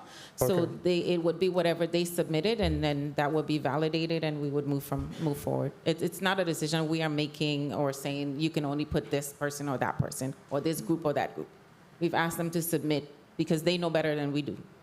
We've asked them to submit it. I just really wish that we can speed up the hospitals, though. The hospital were there on the front line from the inception. They were taking care of the patients. I think they're going to be a little trouble that we pay in doctors' offices and we haven't taken care of the hospital system. The employees that work there, I had custodians that tell me we clean the COVID rooms on a regular basis. You know. Yeah, Senator, they are first in line to go as well. We started with asking the private sector to submit. We had over 800 applications to go through. We did ask the departments and agencies, including the hospitals, to submit. It took a while. I think we have everything now, and we will be moving forward. So when I say private sector healthcare workers, it's not to the exclusion of the public sector healthcare workers. That's just where we're starting, beginning this week. They will be included as soon as the validation is done. Their payments will be going. So it's not like they're going to have to wait another 2 months or so to get their payments. It's in line. We're starting with healthcare, period, as a sector. We just have the private sector ready to go, and the public sector is being validated now to be included as well. How long for the validation process, Mr. Richardson? It shouldn't take that long. What DOP did is that we provided a listing to all the agencies for them to vet and for them to include based on their situation. We've received those spreadsheets back. We've asked them to attest that the information is true and accurate, and then it's Rough time frame. their majority of them are finished. Those payments should start to go out by September of this year. That's The we latest, can't. the latest. Say it again. So healthcare, again, will be... Healthcare, yeah, but we cannot. I want the private sector to get their money. Believe me, I do. But we can't start private sector and our hospital employees that were on the front line from day one are not receiving their pay. Should be no more than like a week after. I mean, we gotta. They've been crying out for a long period of time, and they should have been one of the first groups. They will be one of the first groups. So the healthcare in particular, the hospitals in particular, will be done within the next 2 weeks. They will be included with this group, with the private sector, healthcare, we're doing as an industry first. That's where the payments are being processed. Remember, the payments are being processed No, I from understand all of us. that, I'm just So saying- we're gonna push it out. Yes. It's gonna go out within the next 2 weeks. Point of inquiry, Senator Fred Gregory. Thank you, Mr. Chair. So, am I understanding that the GVI will be paying out the money to the private sector? To the employees, yes, To the Senator. employees directly? So why is it that we did not issue a check to the respective entity and have them issue out the checks? Because then we have to now, in turn, turn around and issue them 1099s. Yeah, why are we doing it that way? Because then they are not on our payroll, right? Right. So why are we doing it that way? Well, as I just stated, a number of them do not have SAM's numbers, and they don't have a number of other things that would allow them to get federal dollars. So, in addition, we are aware of a number of businesses that are struggling financially, and we're not certain that they will, in fact, pay the employees, even though we have been saying that you will need to provide proof of payment. It may take a while before we get to that. So in order to ensure that the employees can receive the payment, the governor has instructed us to make those payments and issue the 1099s when the time is nigh. If we need to hire temporary staff to assist with that, we have to do whatever it takes at this point, but it is more efficient, and it's a better safe than sorry type situation when you talk about being audited for these federal dollars. Okay. Okay, I accept your explanation, but it just seems like you're putting I agree. It was not the another level first of a burden on thought that we were going to do. We were initially going to give the money to, pay the businesses and let those businesses pay the employees. However, with all of the challenges we've been seeing coming from those private sector businesses, it's going to be more of a nightmare. How is it done on a national level? Not every state did premium pay, to be honest, and those that did issued the checks to the employees. Issued the check directly to the employees? Yes, because they chose only specific sectors, whereas in the Virgin Islands, almost because of the designation, once the final rule came out from Treasury, everything qualified for almost. So because of our designation, more sectors qualify than in other states. All right, thank you for your response. Thank you, Senator Fred Gregory. Senator Saru. Thank you. Thank you, Mr. Chair. Good morning to the testifiers. Good morning to those listening and viewing. Morning, Senator. Quickly, insurance, health insurance. I don't know if that was asked earlier. Do you project an increase in health insurance? Director, I don't want to call you by your first name, Cindy. Director Richardson. So my answer for that is, while there was an increase in the medical at 2.99% and dental plan at 5%, the government absorbed the increase on behalf of the employees. So We did. therefore, there was no rate increase on the employees' premium. No, so what I'm asking, are we, we did absorb the 60 million in the budget, but are we looking to absorb it again this year? Do we have an increase in insurance coming up this year? I'm not at liberty to say right now because they're still in negotiations. So there might be, may not be, but I don't have the actual number at this point. Okay. So I look forward to that update at some point. Let's go to fringe benefits. Director O'Neill, what did you calculate fringe at? 46, 54? Where you at? Ms. McGrath, can you respond to that, please? Good morning, Lydia McGrath, Associate Director. The fringe benefit breakdown was the 23.5% for retirees, which is capped at $65,000. The Medicare is 7.65, that's capped at $142,800. The family insurance was done at $14,303.76. Single, 8,115.60, and then we have various rates for the workers' comp. So it comes to approximately 46%. So you're back at 46. Between 46, 48%. Okay.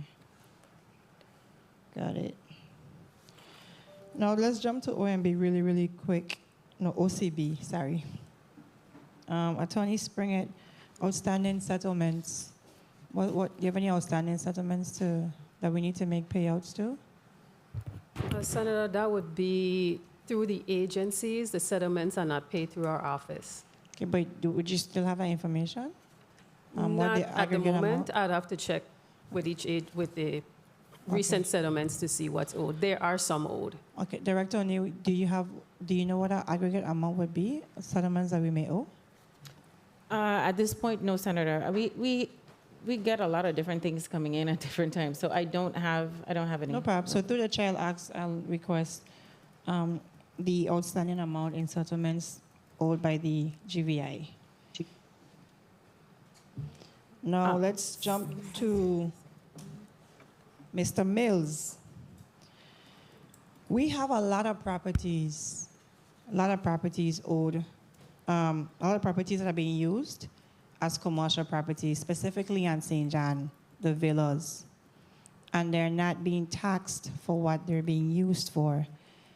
What is the plan from the assessor's office or the tax collector or the lieutenant governor's office in addressing this situation? The person to your right is a resident of St. John, and I'm sure she's aware of the situation on St. John specifically. How does the government recoup their fair share of funds in this market? Senator, it's sometimes difficult, only because persons present themselves as living in those properties when in fact they are not. Mr. Mills, hold on, because when you go on the websites, they're telling you that this villa, they're advertising as a villa. So don't we have enough legal resources to say, hey, you advertising as this, so you can't be living here as that, and taxing them? We are losing a lot of money in that area. Okay, Senator, yes, Senator. The other aspect of that is that we have requested additional boots on the ground for St. John, because we recognize that there's a number of activity on St. John that we might be missing out on, and we're hoping that those additional positions will be funded so that that matter could be arrested and more revenues collected in those areas. That is something to assaulting for me, Mr. Mills. Can I add something? I ain't hearing a standing point in you, But Commissioner of Finance, Commissioner Bruce, go ahead.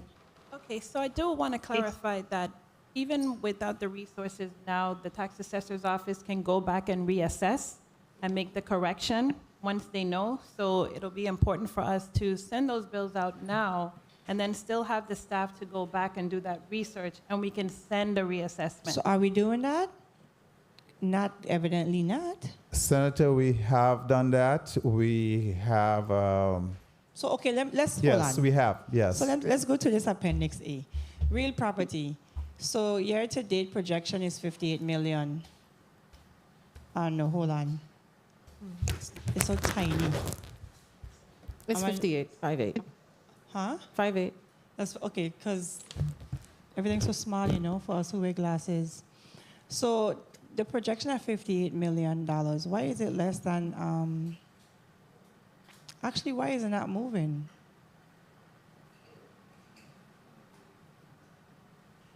Why?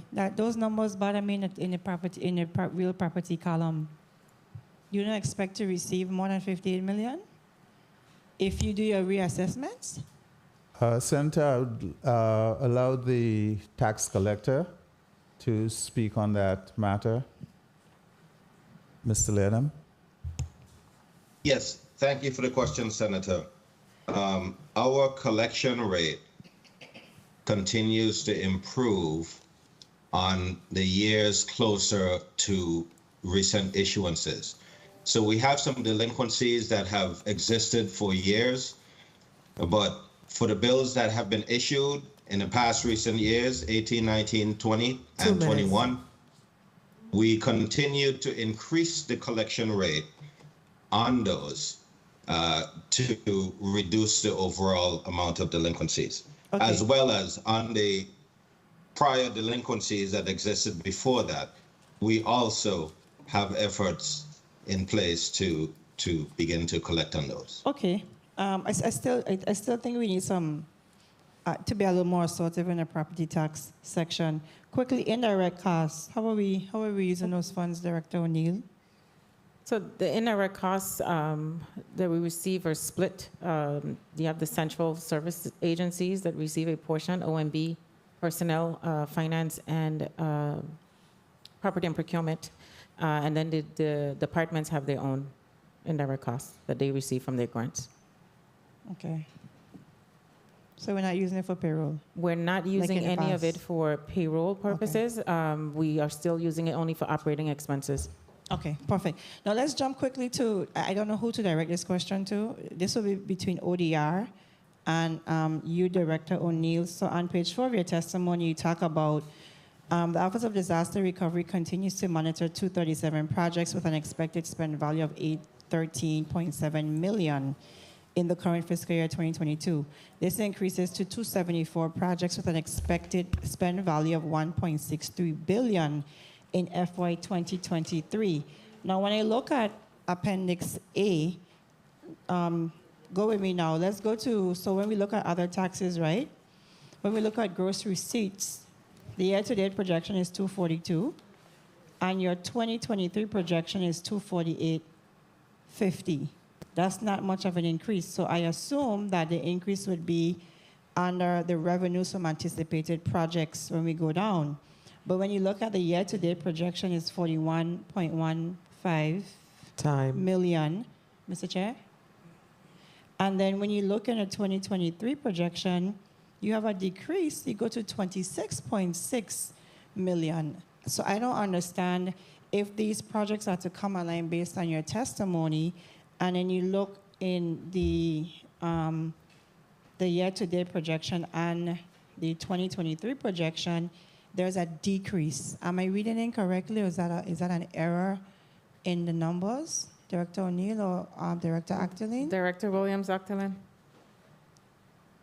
Because if we get more projects online, our revenue anticipation can be half. Well, it's not So half. we're looking at our, Go ahead, Director Williams-Acterlin. so our revenue, we expect our revenue to continue to increase as the projects come online. We have them going through various phases where there's less revenue being produced during the design phase, but we see it increase as we get moved from the design phase into the construction phase. So the question would be, Mr. Chief, may You may conclude. Go ahead. Okay, so design phase or not, our gross receipts is still seeing a reduction in 2023 on the anticipated projects. So I don't know how we calculated that. Director O'Neill, am I off in my thought process here? You see where I'm at? No, I see where you are, and there are, again, there are a number of factors. There are some, even though, as Director Williams-Acterlin explained, there are a number of projects that will be beginning, and in the beginning, because it's designed, there's not much, so we will have paid out a lot more in this fiscal year than in the upcoming because of that design phase issue where the amounts will be smaller on gross receipts. However, we do expect that individual income, et cetera, will go up. So while you may not see it particularly on the gross receipt side, But individual income is also reducing as well. And no, individual income is up. If you look, it's going to 498 million plus. No, that's not. That's total income. That's not. Your 498 is not individual. 469. $9 million it went up by. And we'll see it in other areas as well, not just individual income. But there's a number of projects and there's different phases to the project. So you're not going to see the impact right Just to conclude- immediately. Just to conclude, Mr. Chair, as a chair of disaster recovery, we get to have a nice conversation with Ms. Actaleen quite often, and there are a lot of projects that are past that design phase that are ready to, like CHS demolishing. There's movement with Arthur Richards in that direction. We have things happening, so I don't know if I agree with the numbers on Appendix A, because we were literally saying most of them are designed. That's why we only went up some $9 million. I think that we've underestimated what the revenue projection would be from the disaster-related projects. I don't think I agree with the numbers before us today, Mr. Chair. Thank you for the latitude. Thank you, Senator Sorrow. If we're going to have more projects online, the number should increase. This would say that we expecting to do less next fiscal year in terms of construction, et cetera, than we did this year, because there's a $15 million decrease. Is that what you're saying, Ms. Actaleen, that we're going to have less construction next year than we had this year? No, we expect more construction. Then if you expect more construction, then the number is wrong. Then the number, at the very least, need to be the same or more. You can't project 15 million decrease if we expect to do more. So that doesn't correlate at all. In reference to the federal funds, I know we added 30 in 21, we had 30 in 22. I see 0 for 23. You're not projecting anything for FY23? Where are you, Senator? Appendix A. On which one? ARPA funds.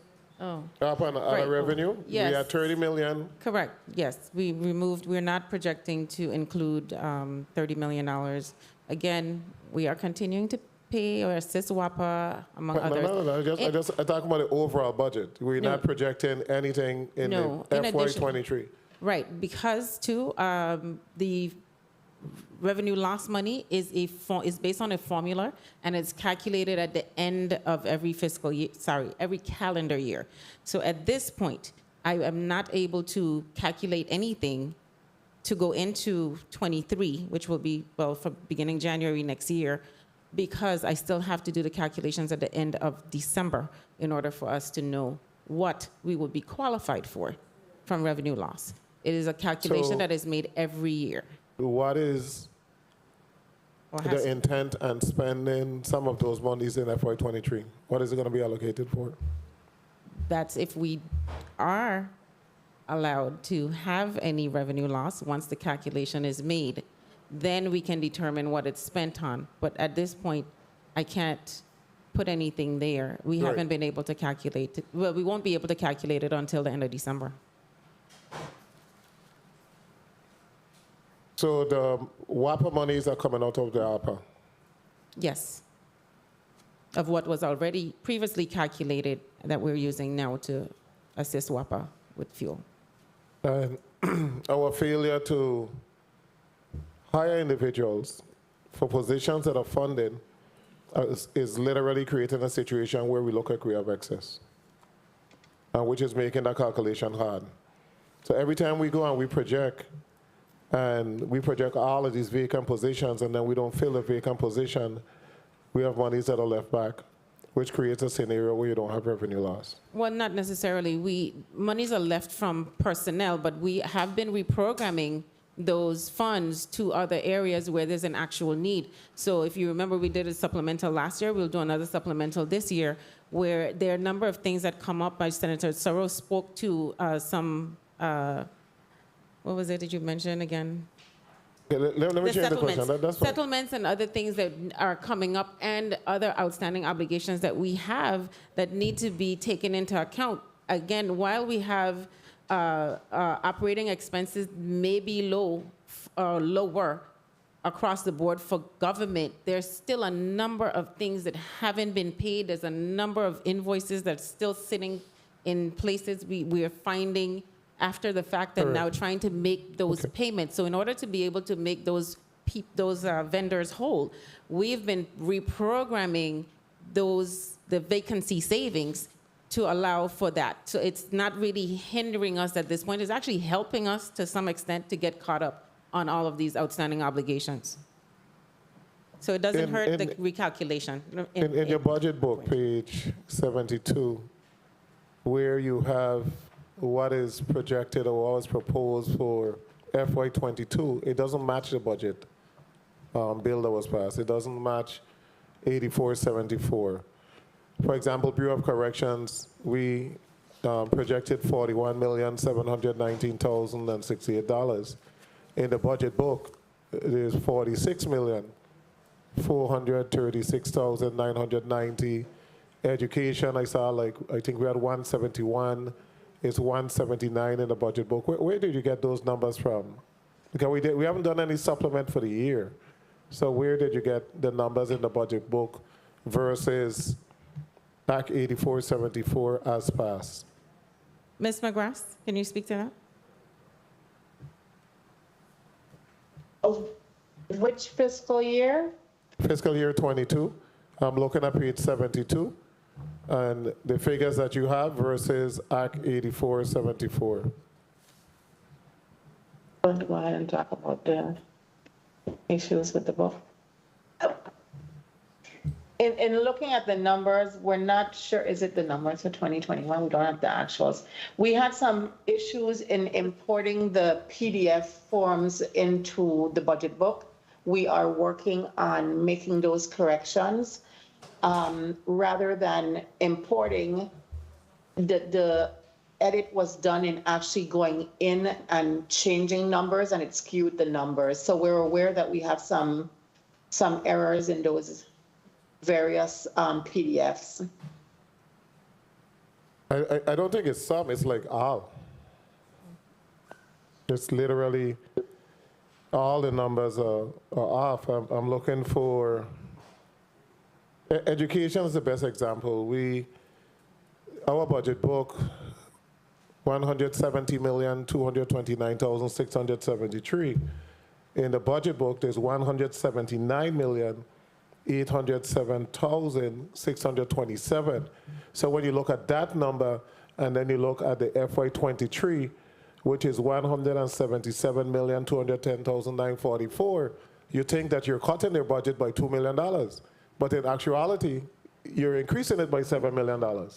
So that this whole column shows off your methodology in reference to whether or not there's an increase or decrease for the next fiscal year, because the numbers don't match up with the budget book.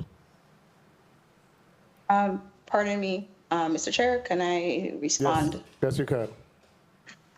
This is Dana Baptiste, Chief of Staff at OMB. So for FY22, you're also looking at the revised budget numbers. And so that is inclusive of any wage increases that may have been included or anything else that may have been passed throughout the fiscal year thus far. So it is a revised budget, hence why it does not match what was in Act 8474.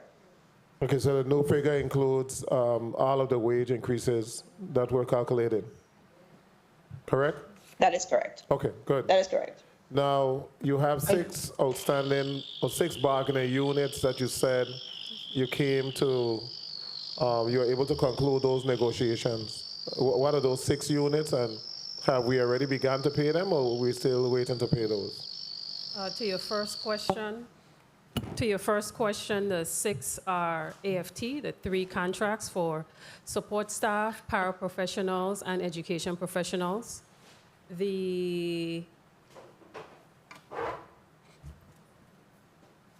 One second. That's 3. For this fiscal year, Ovelu for Department of Agriculture, and to AFT, they have been paid and they continue. It's a continuing process. Ovelu, to my knowledge, some have been paid, some are being paid. That's 4.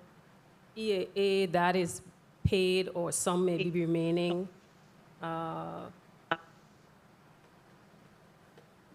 Allied Health for SIU Masters also. Allied Health, you said? Allied Health would be at the hospitals. Those, to my knowledge, have been paid as well. And SIU, the union that represents the school lunch workers, et cetera, when are they going to get to the table? It seems like they never get to the table. School lunch workers are split between two unions. Some are USW Masters that's scheduled for the end of this month And the to next one? continue negotiations. SIU Masters is current. Okay. The Lonesome Dove oil wells, who's checking on that? The price of oil has gone through the sky. We shouldn't be collecting the same amount of money, $100 and something a barrel. Who's checking to make sure that we get in the right amount? The Public Finance Authority is checking on that. We are actually actively working on a plan moving forward for Lonesome Dove. So Mr. Nathan Simmons isn't on, right? Okay, so we need to find out, we need to check on that because we should be getting some additional monies there. Mr. Chair, Mr. Simmons is on. Mr. Simmons, yes, Lonesome Dove? Good afternoon, Mr. Chairman. Good afternoon, Senators. Yes, you are correct that we do anticipate that we'll be seeing some increased revenues from some of these wells. Actively, we have engaged an oil and gas engineer to help us with revisiting some of these contracts and making sure that we are collecting all the revenue that we're supposed to be collecting. We have also engaged the former receiver for Lonesome Dove, Attorney Joanne Bozzuto, who is also helping us with bringing all of our records up to date. For the past few years, apparently, we have not been as observant as we should have been in terms of keeping tabs on all of these wells. So we do expect that moving forward, we will see some increased revenues there. Okay, well, are we sure there should be at least 40% or more based on the price, and we have to go back all those months and make sure that we have made, or they have paid the correct amount? Who's leading negotiation with the new owners for the refinery? That is being discussed directly with the governor's office. Because we do realize that the Lime Tree refinery agreement is null and void. And I've heard discussion about reopening, and nothing can reopen unless the contract comes before this body. So you must renegotiate what is going on. And I think, colleagues, we need to take a close look because there are already a rift between Lime Tree Bay Terminals and Lime Tree and the new owners of the refinery for non-payment. So I think we really need to look as to what is going on there and as to whether or not this group even have the financial bottoms to be able to bring the refinery back. You're going to have a single-payer utility fund again this year? You're putting all of the utility into one, and it's going to be paid? Ms. McGrath? Yes, all the monies that were budgeted under utilities will be transferred to the single user fund. Okay, great. Mr. Lee, we did provide some additional funding to the Internal Revenue for pay increases and to hire additional staff. Were you able to issue those pay increases to your staff? No, Senator. Is there a plan to issue those pay increases to the staff? Yes, the issue is union related. To my naiveness to the process, because there are other employees connected to the union within IRB, outside of IRB. My understanding is everyone in the union needs to kind of have a seat at the table. In my mind, I thought I could just take care of IRB with the funds that you guys graciously gave me, but apparently that's not how it works. So there has to be consensus across all the agencies for everyone in that union before I'm able to move forward. Ms. Fringett, is there a way around that? Can you do a stipulation for a particular entity in order to bring them up to speed? Generally, yes. And to be clear, Bureau of Internal Revenue has a pay plan that's separate for its employees under USW Masters. we have worked with the Bureau to look at positions that may need to be adjusted based on experience and so forth. We continue to do that. However, because of the time it will take, we will continue through negotiations. If there's a need for a stipulation, we can do that separately and include it in the final contract. Yeah, well, the reason why we funded those positions was to be able to bring those individuals up to a certain level, motivate them, encourage them to go out and collect the taxes. And Mr. Lee, tell me. Yeah, absolutely. That was the goal. And what I'm finding as I look at different approaches to do those increases, I risk a number of grievances filed that would stymie the whole process. So needless to say, it was an eye-opening understanding as to why this subject matter may not have been touched for some time. But I tried my best with it. So we'll see. Ms. Springer. Senator, again, we have been working with the Bureau of Internal Revenue, and including personnel, going through those positions where there's a need for adjustment. It just is not complete. We need to get it done. Okay, we need to get it done as quick as possible. The next part was hiring additional staff. Mr. Lee, were you able to bring individuals on? Yes, we had a couple of exempt. So yes, and you know, it's slowly but surely. You know, the bottom line is, it's still a competitive market. You know, as the economy increases, we're now competing with private sector. Okay, the accounting skill set. Hold up there. That's a key word. We keep on hearing it's a competitive market. That's why we funded additional money so we could become competitive. So we given various entities within this government every single budget cycle additional money so you could be creative. You could create some type of stipulation. You could actually compete. And then we come to the end of the year, it's still the same salary. The employees are still upset. We can't get any new. At some point, we got to become competitive. We can't continue to hold back the government because one or two person is going to file a grievance. You know, we have to be able to move forward and be competitive, but we're not going to bring individuals with accounting degrees and so forth to come back from college and work for $30-something, $40,000. It just ain't gonna work. Engineers, they're gonna work for 65, they're gonna leave. And that's what a lot of them are doing. So when we give the monies to departments, we expect you to spend the monies. We go over the whole long cycle of how much to bring them up to this particular level, how much to do this. We did the same thing with agriculture, heavy equipment operators, barely making any money. We said pay them. They could go in the private sector and make so much more. We giving you the money. We give you the monies to increase the salary and additional positions. And then the end of the year come and we have no progress. You know, at some point we have to be able to move forward. I'm gonna take a break so that everybody can have a restroom break, and then we resume a second round for a short period of time. The Committee of Finance stands in recess for 10 minutes.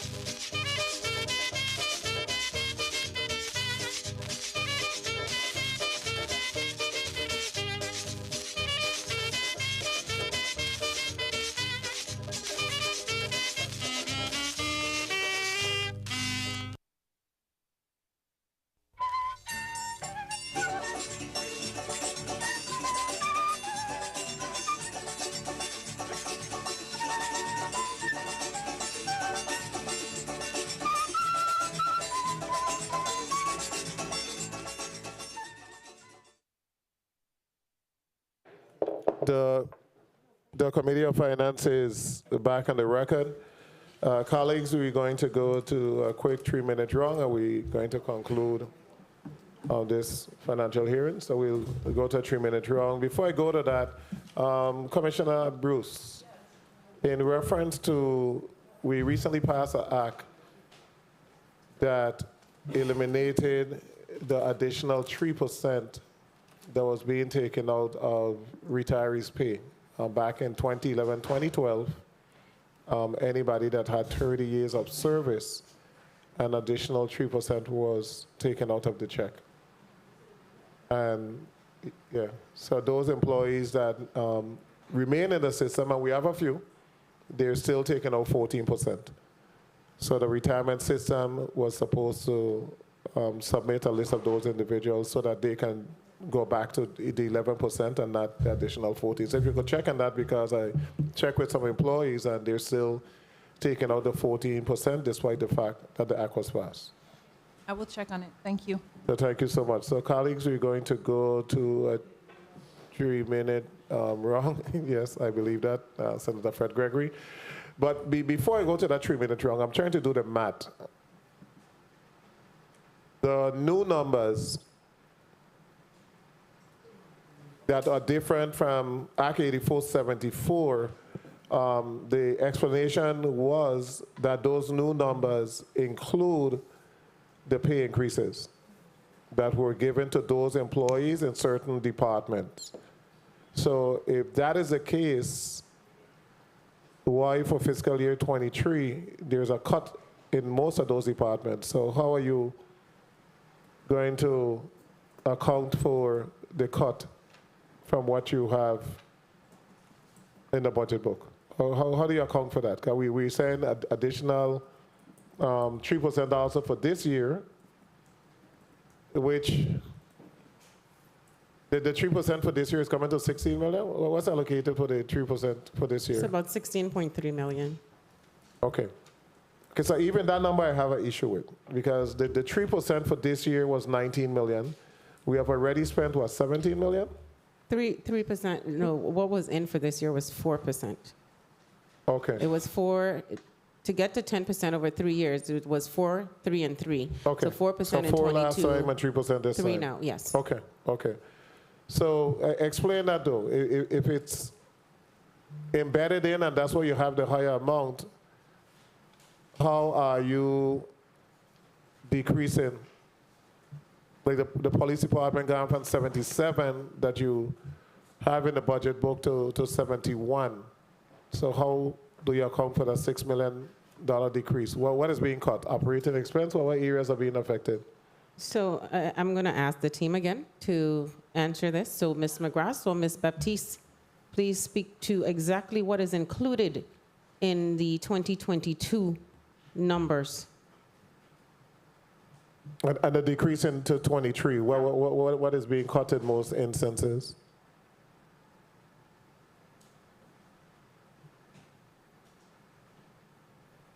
Good afternoon, Donald Baptiste, Chief of Staff, OMB. So for 22, as we mentioned, it included any wage increases or any other appropriations that have been made in FY22 thus far. For the decrease in 23, like the director mentioned, we did reduce some of the agencies to accommodate the revised revenues, and they have shifted a lot of their operating expenses, including personnel, to the federal dollars that they have. So that's why you would see some of those discrepancies. We have accounted for any increases that have taken place so far and the anticipated increases that are to come.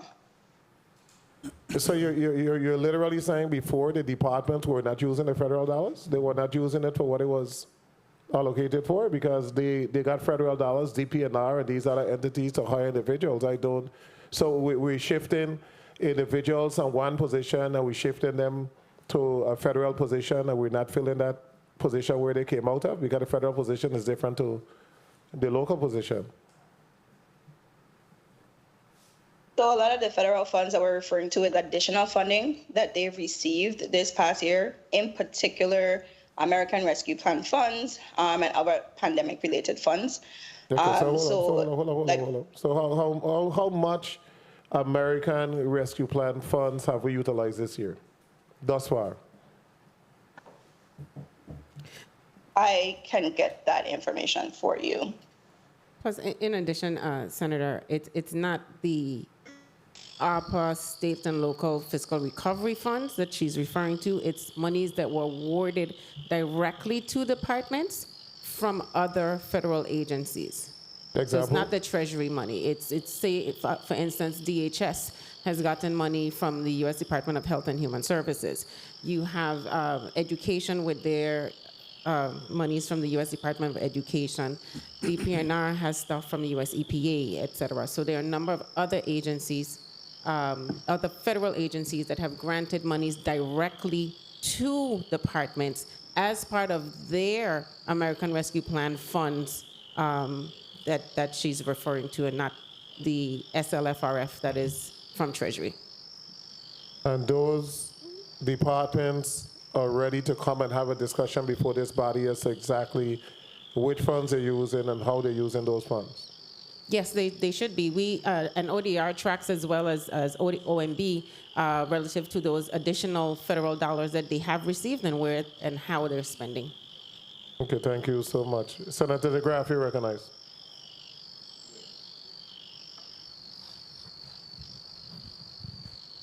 Thank you, Mr. Chair.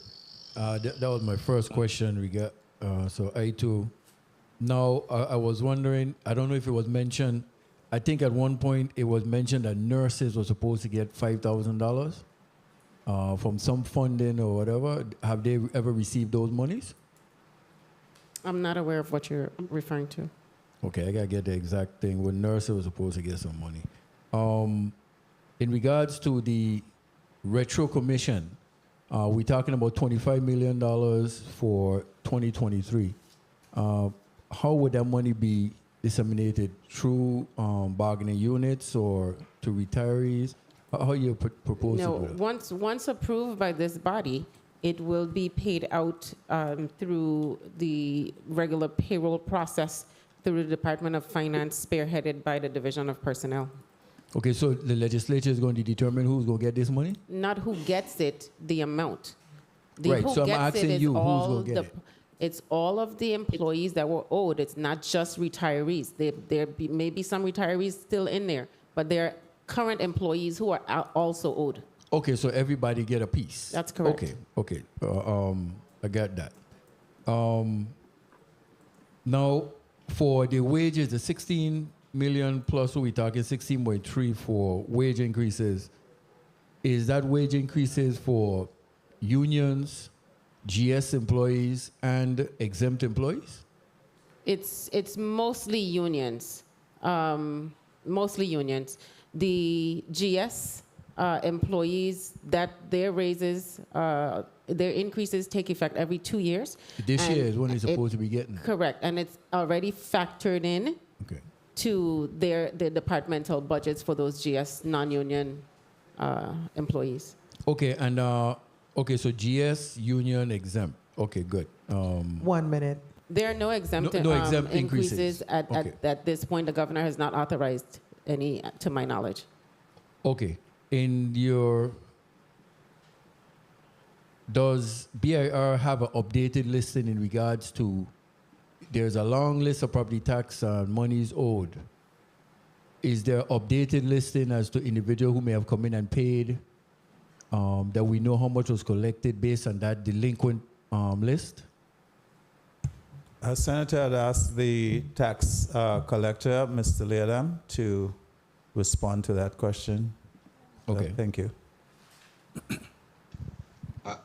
Good afternoon, Senator. Good afternoon. Thank you for the question. The last list that was published was in September of 2021. We expect to be publishing another list in September of 2022. So we are in the process of determining who would be on that list. As the 2022 bills have just been issued, as soon as those go delinquent at the end of August, we'll be preparing and publishing a new delinquency list. And Mr. Chair, if I may, one final. Go ahead. Director O'Neill, on page 5 of your testimony, real property tax, an increase of 5%. You read where the years of property tax revenues have been especially volatile over the past several years, with a significant increase of 44% in FY20, followed by a 40% decrease. I think I heard you say 17%. Yes, Senator, that was. I needed to correct that. So for the record, it is 17%, and not 40% as stated in the testimony. So that was an error. A 17% decrease in 20, followed by a 17% decrease. That difference, current FY20 62. Again, in looking at it, based on where it is you put through to the 62% increase in 22 and 23, a 5% increase in, it seems off. As you change from the 40 to the 17, would all the numbers remain the same? Yeah. You could answer in the chair's time. Thank you for that, Mr. Chair. Mr. Leerdam would need to explain those numbers. Mr. Leerdam? Yes, thank you, Senator. Okay, so the correction, it was obviously a typo, but from fiscal year 2019 to 2020, there was a 46% increase year over year. From 2020 to 2021, there was a 17% decrease from 2020. And from 2021 to 2022, we project a 6% increase year over year. So we're trying to build to a steady rate of revenues coming from property taxes, and we're steadily increasing it each year until we reach something that's more reliable. Go ahead. You need some clarity. Go ahead, Senator. Yes, Mr. Chair. He stated a 6% increase in 22. We have 62% increase. Yes, I wanted to restate that because for 2021, it would have been, in 2021, there was a 17% decrease. 2020, we were over our projections. And so we exceeded the projected number in 2020. In 2021, we hit our projections, but it reflected a 17% decrease from tax year 2020. And then from 2022, we have slated a 6% increase from what was the actuals received in 2021. The numbers again, from 62 to 6.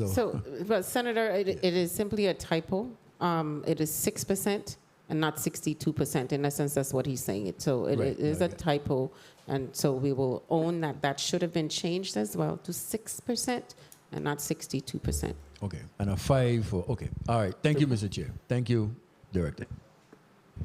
The 20, in looking at Appendix C, Mr. Leerdam, 2021, you collected 35,688,000? No, Senator. In 2021, we collected 54.3 million. Okay, so the amount on the appendix is wrong. Say where you collected again? 2021. For 2021, 54.37 million.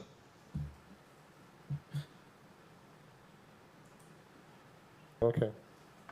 And you're anticipating to collect 60 million? 58 million for fiscal year 22.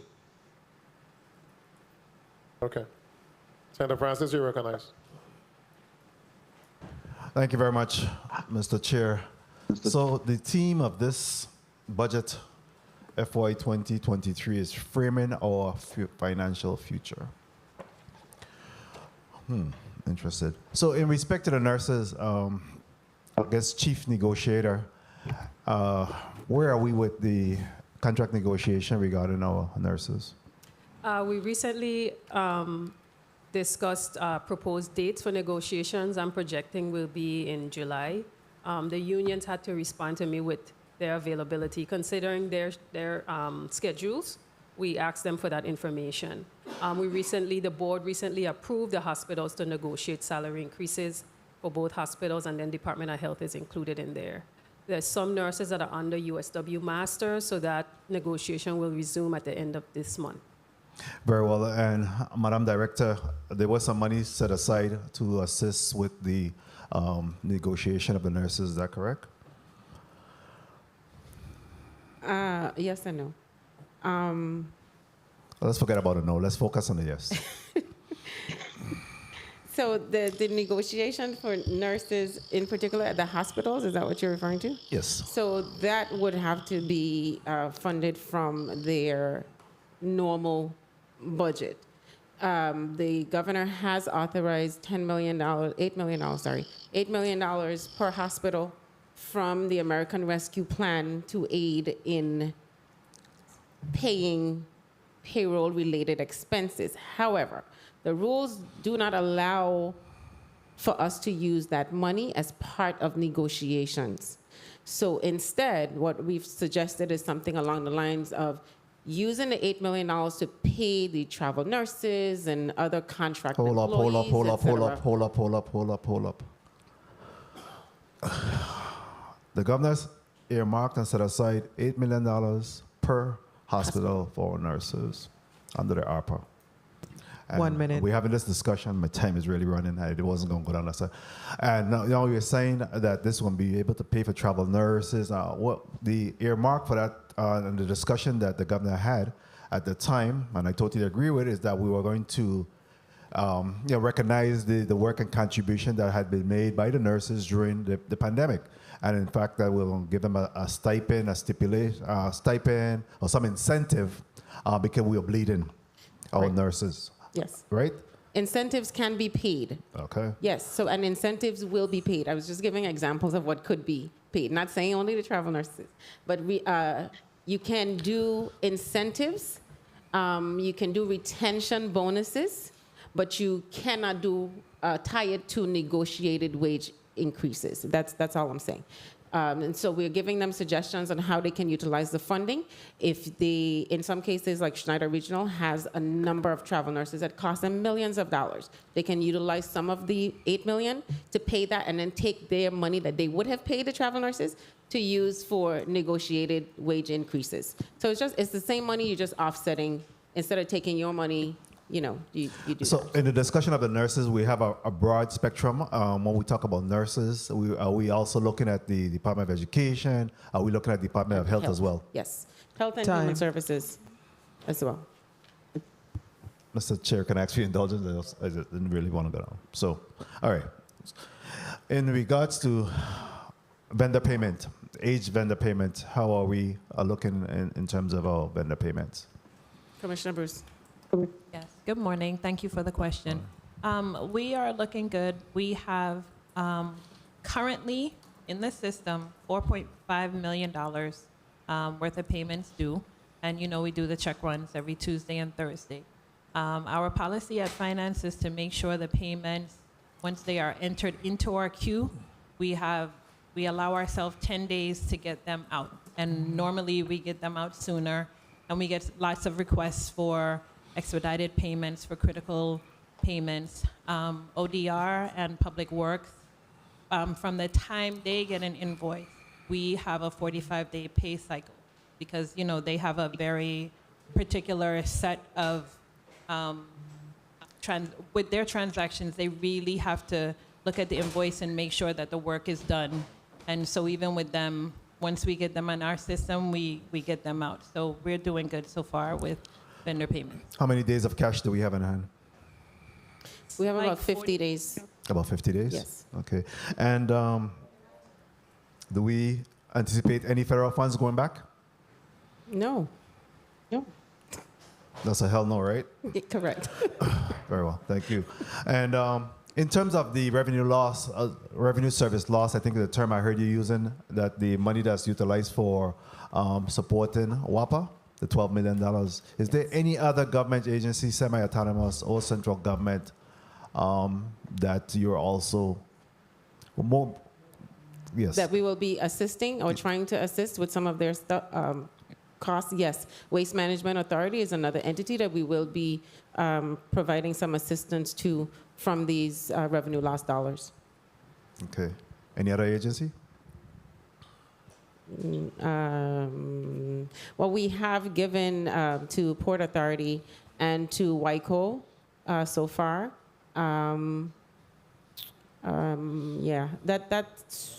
we have money earmarked, as I mentioned to Senator Blyden, for HFA, for specifically for housing, though. They can't just use it for whatever, it's specifically for housing.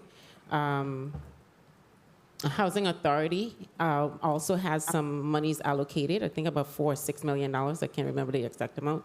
But yeah, so those are the entities. Okay. And my final question you could answer on the chair's time is in regards to your OMB's expenditure for the Department General Fund expenditure.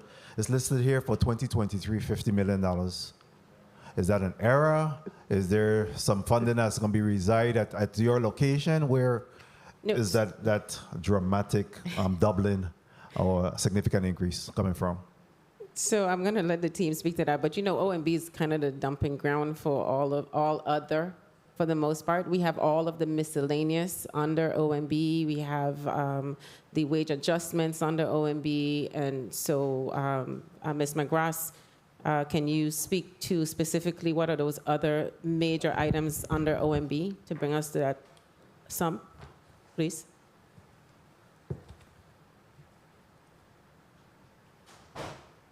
Good afternoon. We have our core operations cost is 6.3 million. Everything else is miscellaneous. And that includes wage adjustments. We have the miscellaneous for the fellows. We have other miscellaneous for various departments and agencies. We have the WAPA adjustment for 5 utilities. We put in critical hirings. So all the difference between the 50 million and our core operation, which is 6.3 million, it's all various miscellaneous. But OMB's actual cost for our operations is $6,325,295 for fiscal year 23, projected to be that for 23. Thank you so much, Senator. Thank you for coming, Senator Joseph. I'm going to give you a point of inquiry.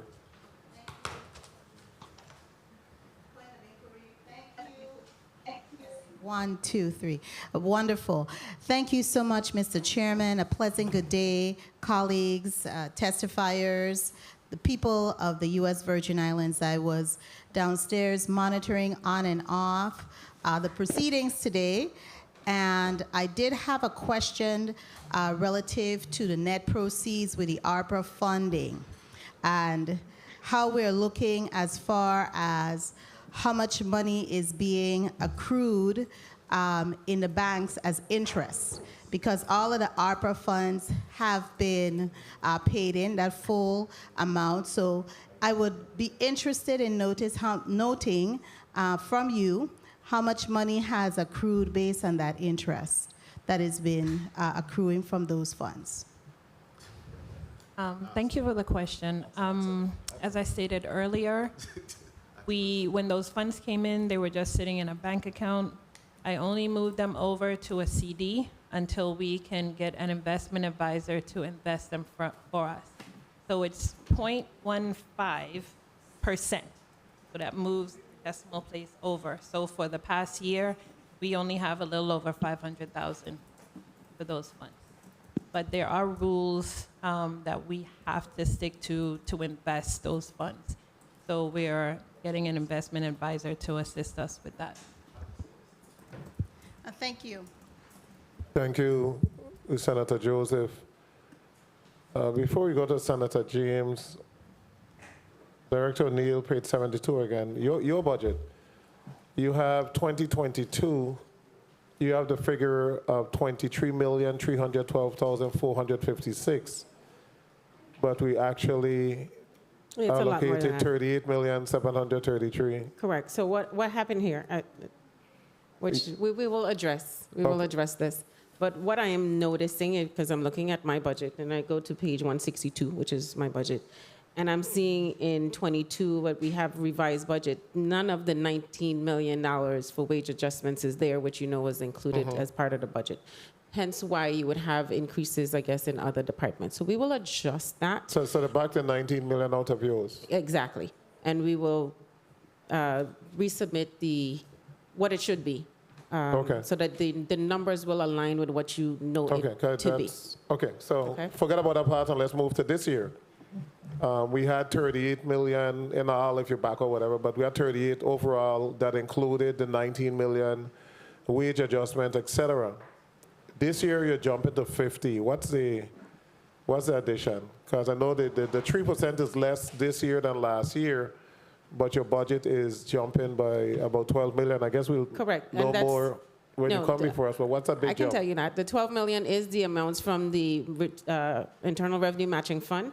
So we've included the 5 million for PFA. Okay, so hold up. So the Crisis Intervention Fund and all of those you have under your budget now? Except for the Crisis Intervention Fund. UVI? UVI, the PFA, St. Croix Capital, the medical school, St. Thomas Capital? St. Thomas Capital, yes. Okay. And that is in your enabling legislation? Yes, for OMB, for the overall budget bill, yes, Senator. Oh, it should be. Okay. So it's in there under the Budget Act, but then we have all of those separate pieces of legislation that need to be amended. Well, remember we would submit a budget bill specifically for Internal Revenue Matching Fund. This year there isn't any because we don't have any money coming from it. So it's all built into the main budget bill for departments, and you will see it listed. It's actual line itemed under OMB. So you'll see that there. Okay. And that part I understand, but UVI tuition subsidy, that is a specific bill, and that specific bill has the funding source as the Internal Revenue Matching Fund. So, Right, it was included on the same matching right, fund that bill. was the enabling part, but the original bill has a funding source, and then every year we do an enabling legislation to appropriate the monies. But I think we got to go back in all of these instances to the original legislation and change it to include. And if my memory serves me correct, I don't think that we had ever eliminated the $10 million legislation. That is coming as well. Yes, So you have an coming. overall legislation that's going to change all of that. That we're sending for the adjustment for the 10 million for GRS and others from the matching fund. Yes. Okay, that's what I'm asking. Senator James.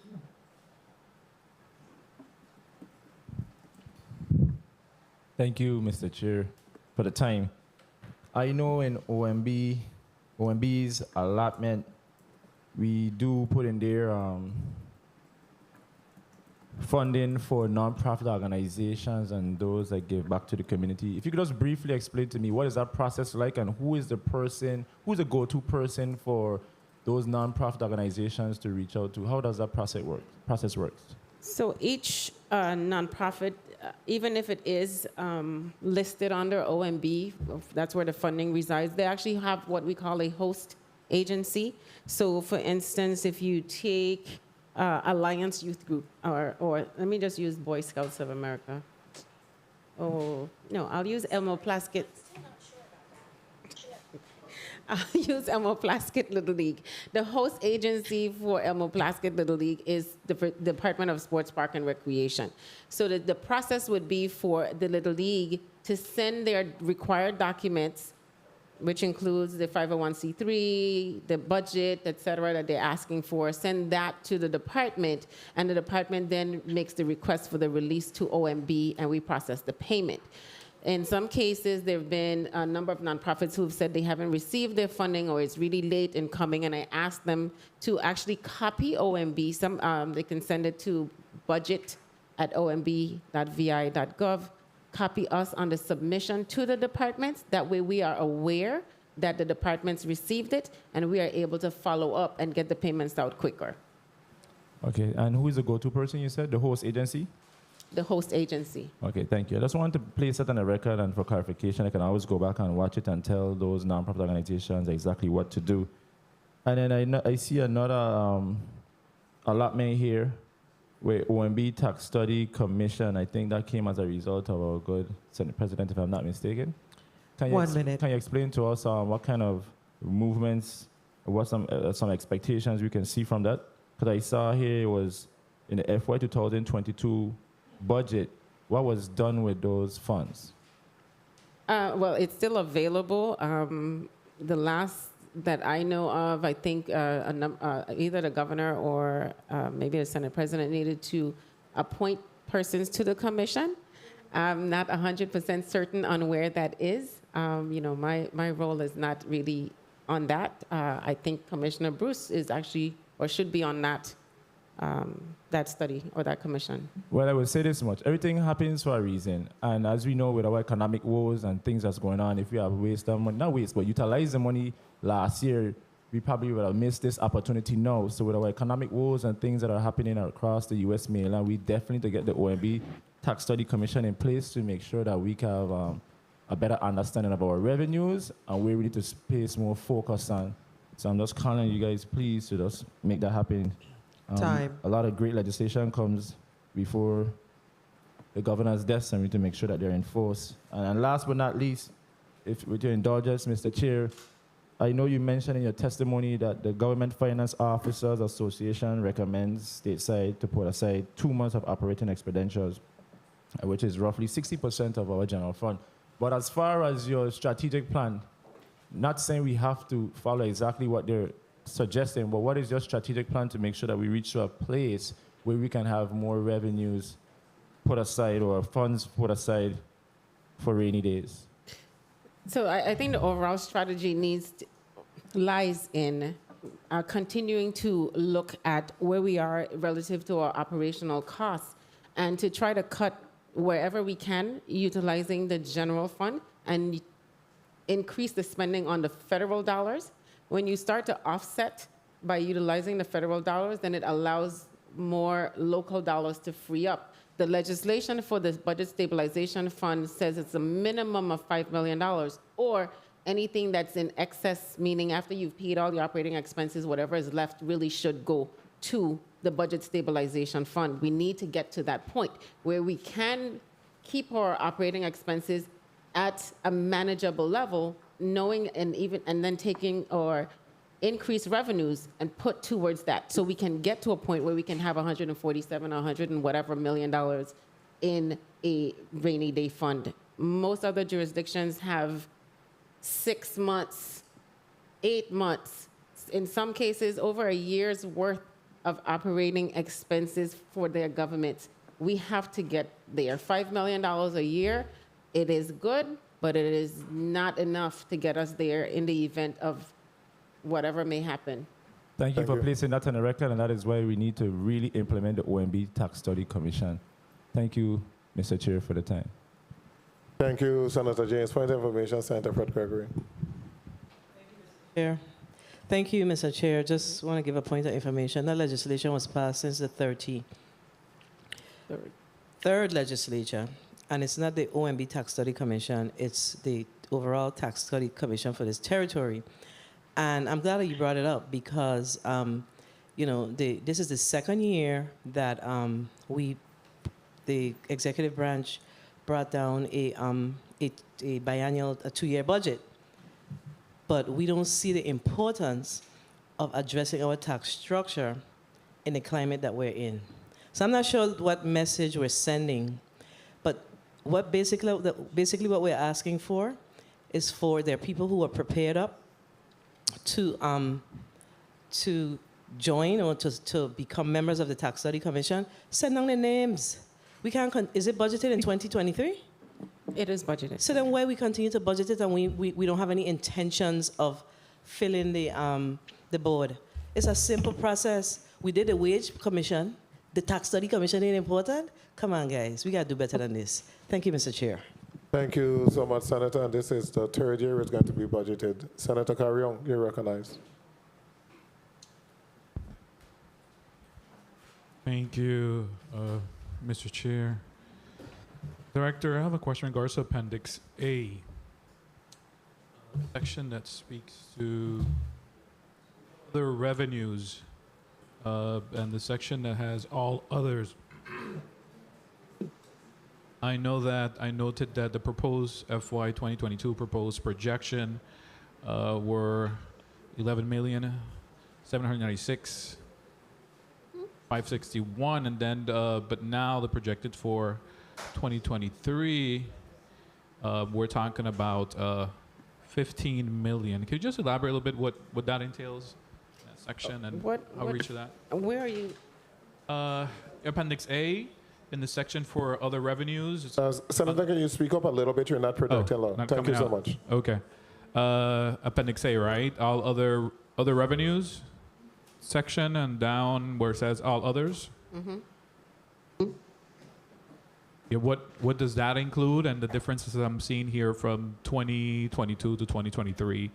Can you elaborate a little bit? So the total other revenues is all of the items listed above it that starts with malpractice insurance down to the cannabis tax.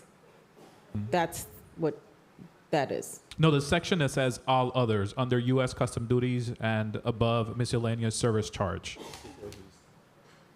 There's a line item that just says all others. Oh, all other at 15. I'll have to get that for you, Senator. Okay. Then do we still have Director De Gazan on? Yes, I am on. Good. So, or the commission or the director for OMB, I know we talk about the increase in tourism. It says 1 minute that there's approximately 1 million visitors traveled to the territory in 2021, and then you speak about that increase 153% compared to 2021. Now, can you translate to that? What does that means in dollar figure, and how would that impact the economy? So for my numbers, what we have are the actual arrival numbers and the cruise arrival numbers, and I guess it would be OMB that translates that into actual dollars based on revenue. However, what I can do is tell you what the increases are and the specific numbers. So you can ask me if it's air arrivals, cruise arrivals, occupancy, and I can give you those accordingly. Can you submit those then through the chair so we could have an idea what that impact is? Because we're seeing an exponential increase. So we would like to see the figures and know what that translate to. Time. And lastly, if I may, Mr. Chair, question. We know that the gas price is now nearly $7. Is there any consideration regarding how the administration is going to maybe bring some relief? Can we do something similar what is happening with WAPA, subsidizing the excess in WAPA, maybe by deducting the gas tax that we have now charging? Are there any conversations to bring some relief to members of our community? Director Lee, can you speak to how much is actually collected from the gas tax? Yes, let me pull up the chart. Well, thus far this year, it's about 2.8 million. But, I can't really comment on, it's contrary to what I do as far as, relief. So, I recognize the issue is that this is a global issue. I do hear what you're saying, Senator. I don't know what options there exists within, But I guess my question to the director is, can we use recovery funds similar to what we're doing to pay WAPA to bring some relief by placing a hold on the fuel tax, on the gas tax, fuel tax? So, Senator, I'm sure that's a policy decision. The governor will have to clearly state that. That's legislative.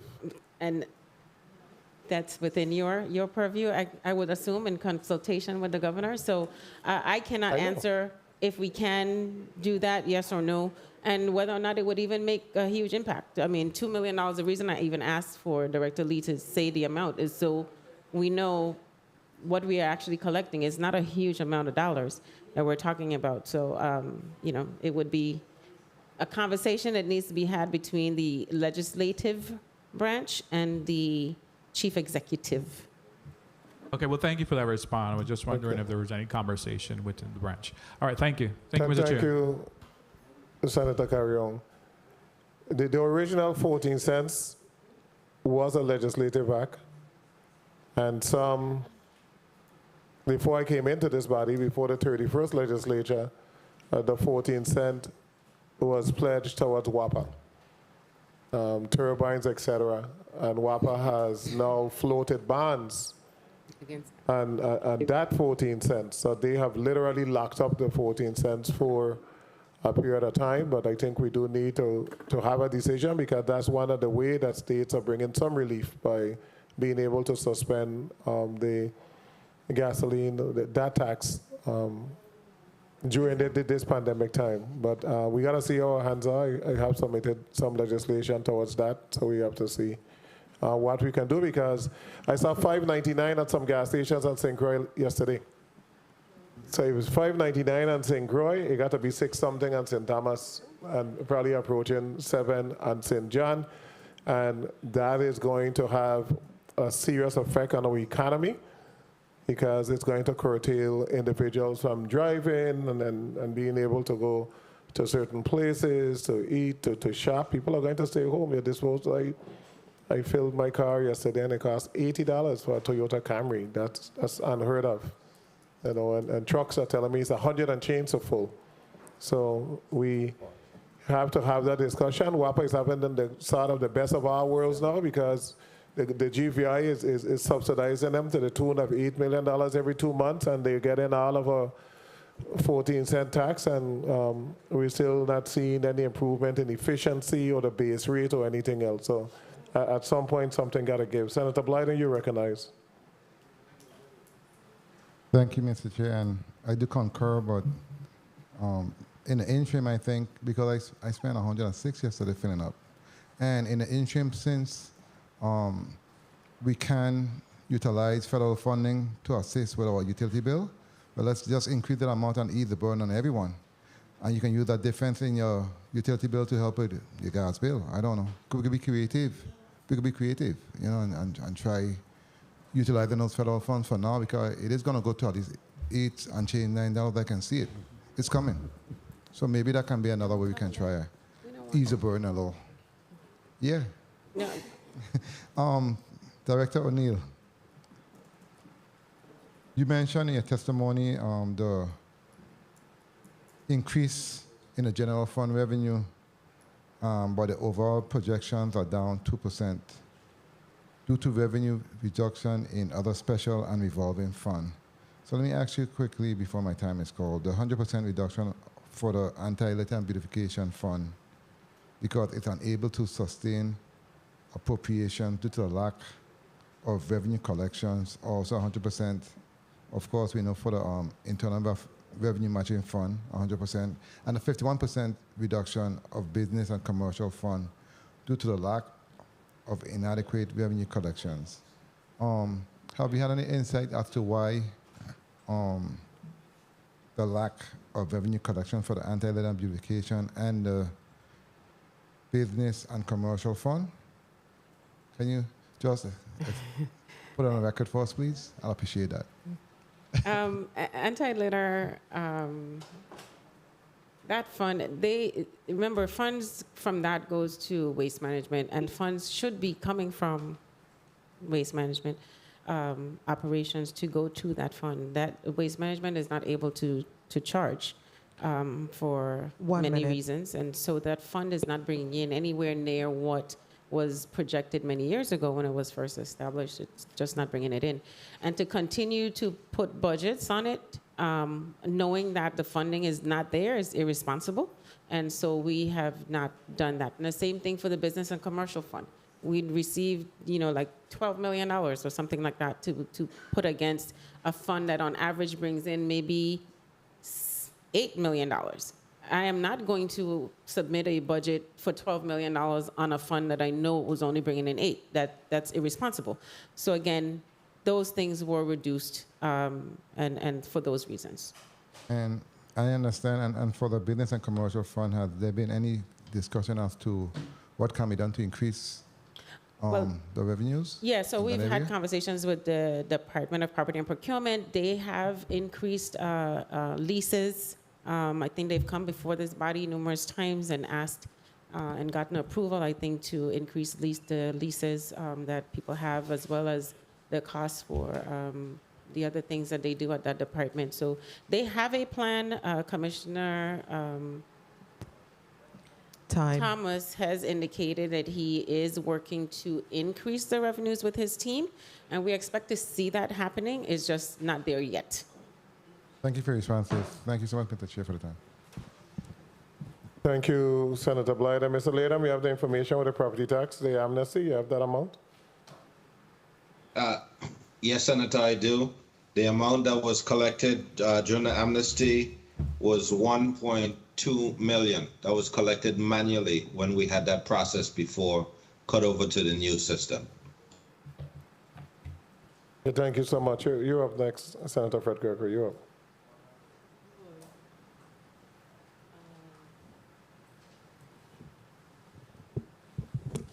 Thank you, Mr. Chair. I note for the past few years, the Union Arbitration Fund is budgeted at 0. We settling cases? What's going on there? Because I heard earlier a response that says that the departments are taking care of that. It depends on the settlement. Ms. Attorney Springer, your office is sitting on the settlements, right? If we sit in on the settlements? Yeah, you participate. Our office You're the settles them lead. on behalf of the agencies, yes. So, Director, $0 for the Union Arbitration Fund? How are I paying the bill? I'm out of the department allotments.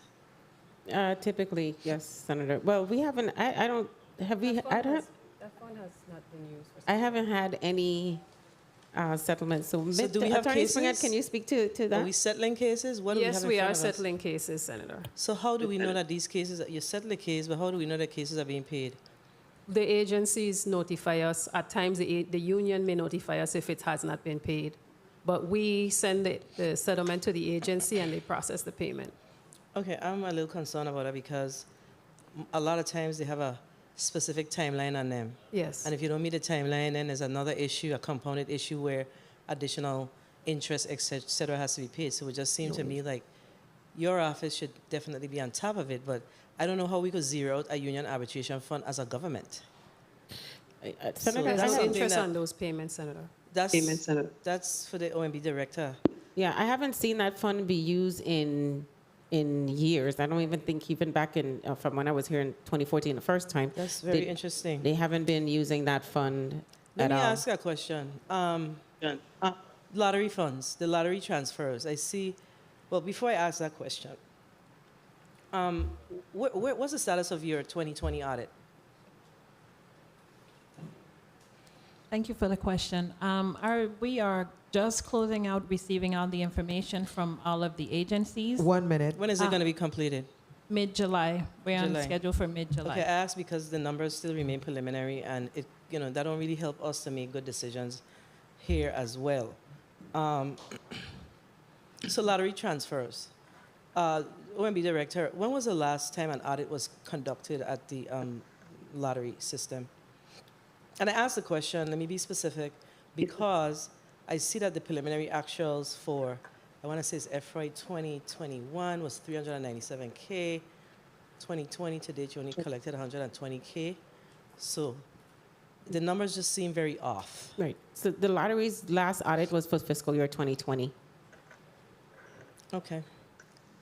So we are comfortable with these numbers that we're seeing? Yeah, based on what we got from the auditors, yes. Do you have any information on the findings? I As far do as the not have that. financials? I don't have that here. Okay, so through the chair, I would like to see the lottery financials. I think he sent something, but we need Time. an updated one. And if I can wrap up, And can I wrap up, Mr. Chair? You may go ahead and wrap up. So let's talk about the 37 million. When I was on my way here, you testified that there is some $37 million available in non-appropriated fees. Do you have a breakdown of those funds and how they're allocated by each respective department? Yes. Ms. McGrath, can you speak to the non-appropriated funds and the allocations, please?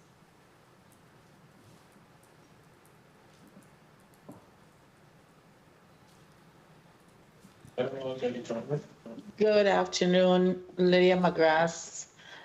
We do have a chart in the book. Page starts around page 82, 80. Hold on. Around page 80 that has the complete breakdown.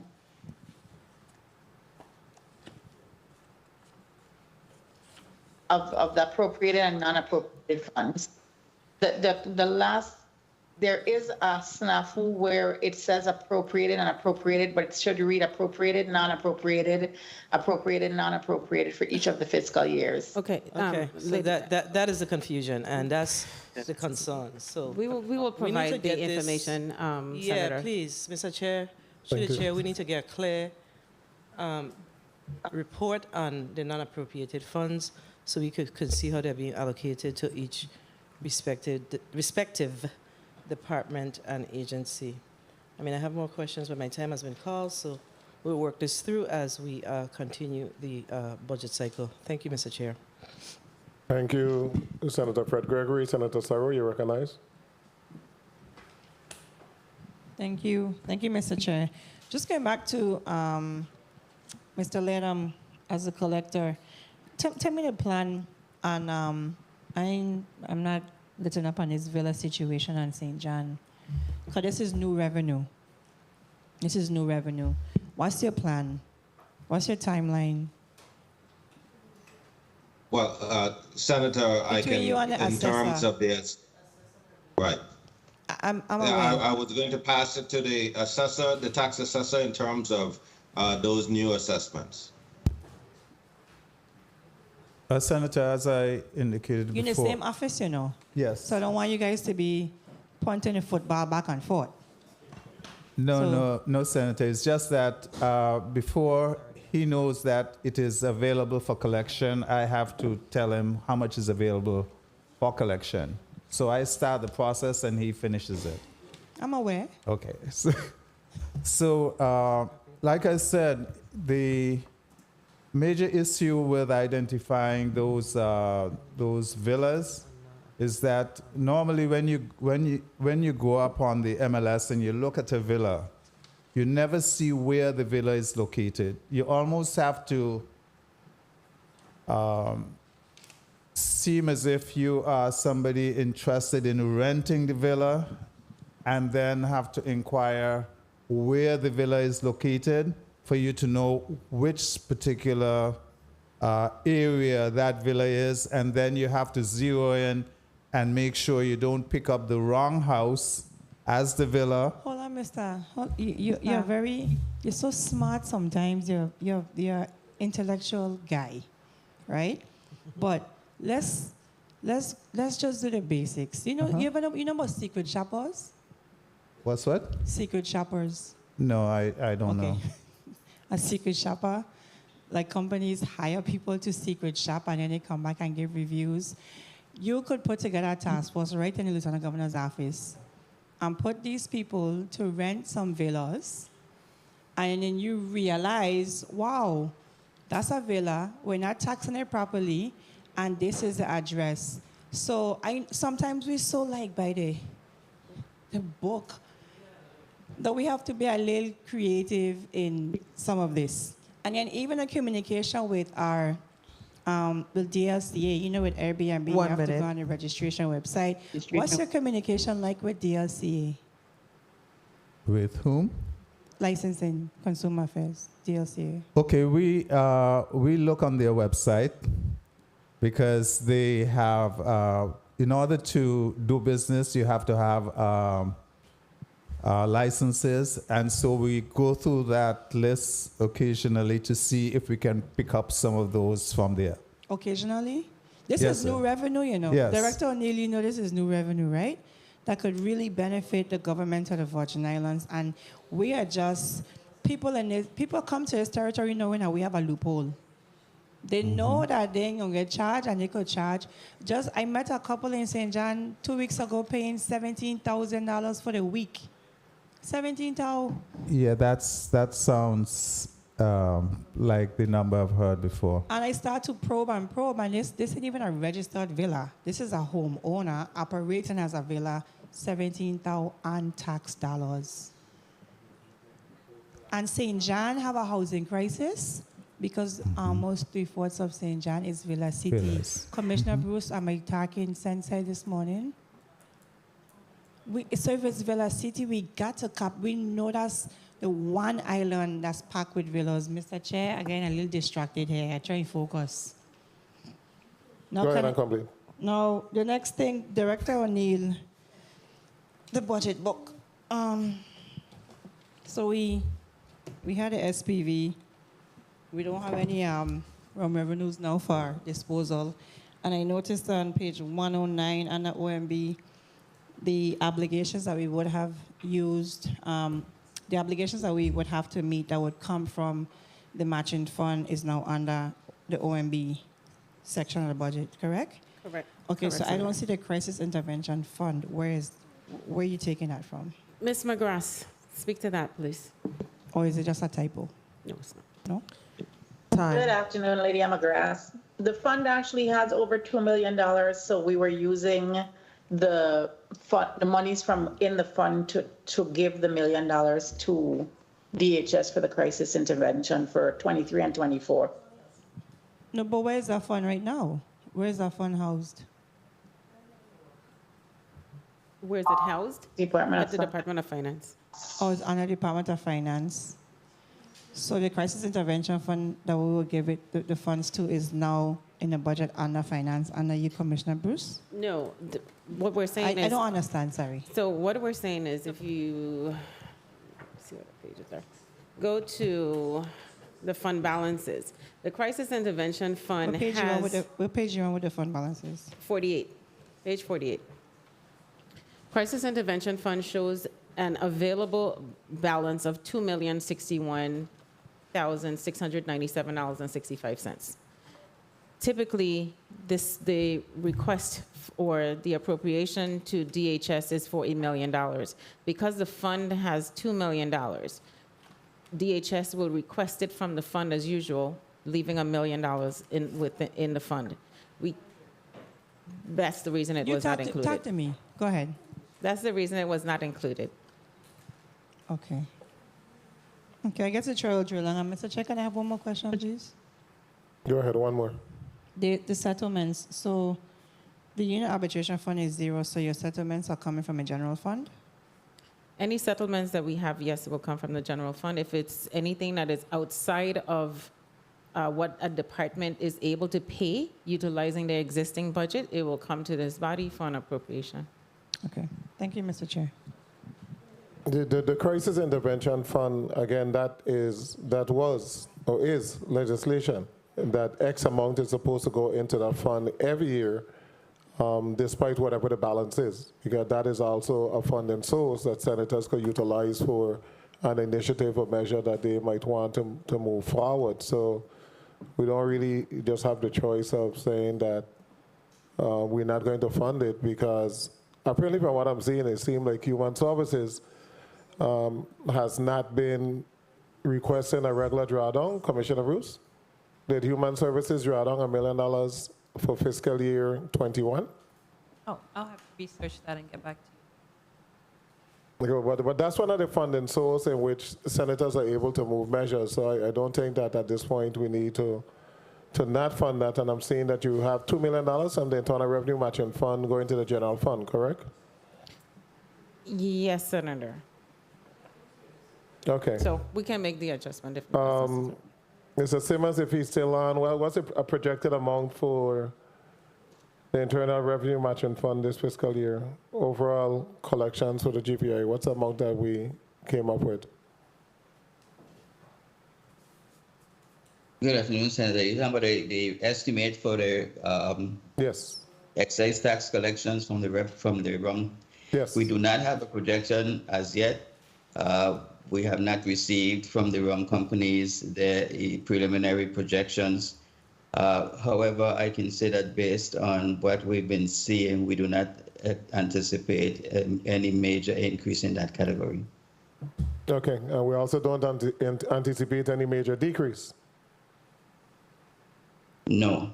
Okay. So the numbers have been coming in relatively the same? The numbers have been coming in relatively on target for fiscal year 22. Of course, you know, 21 there was a drop off, some $4 million, but for 22 they were coming in fairly on target. Okay, and the Community Facilities Trust Fund, that comes directly out after it goes to the trustee, right?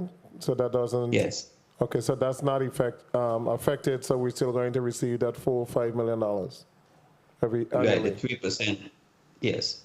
Okay, thank you. Point of inquiry, Senator Fred Gregory.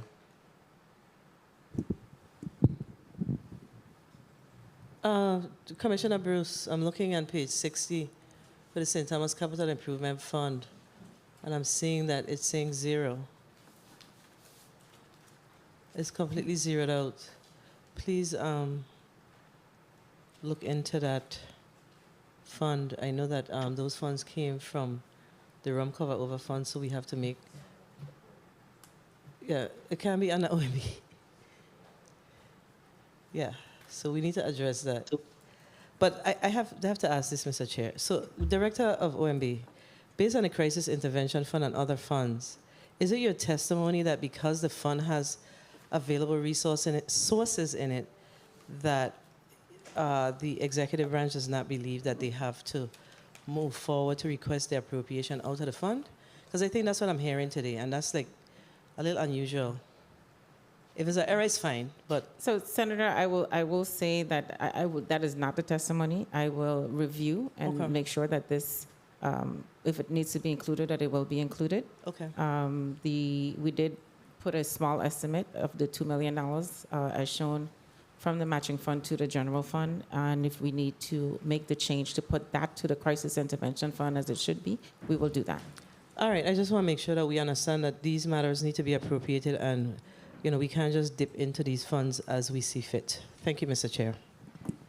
Thank you, Senator Fred Gregory. Commissioner Bruce, so you do have actual numbers for the St. Thomas Capital Improvement Fund? Into it. And speak directly into the mic. She didn't capture, the reporter didn't capture your statement. No, my team will do an analysis of it.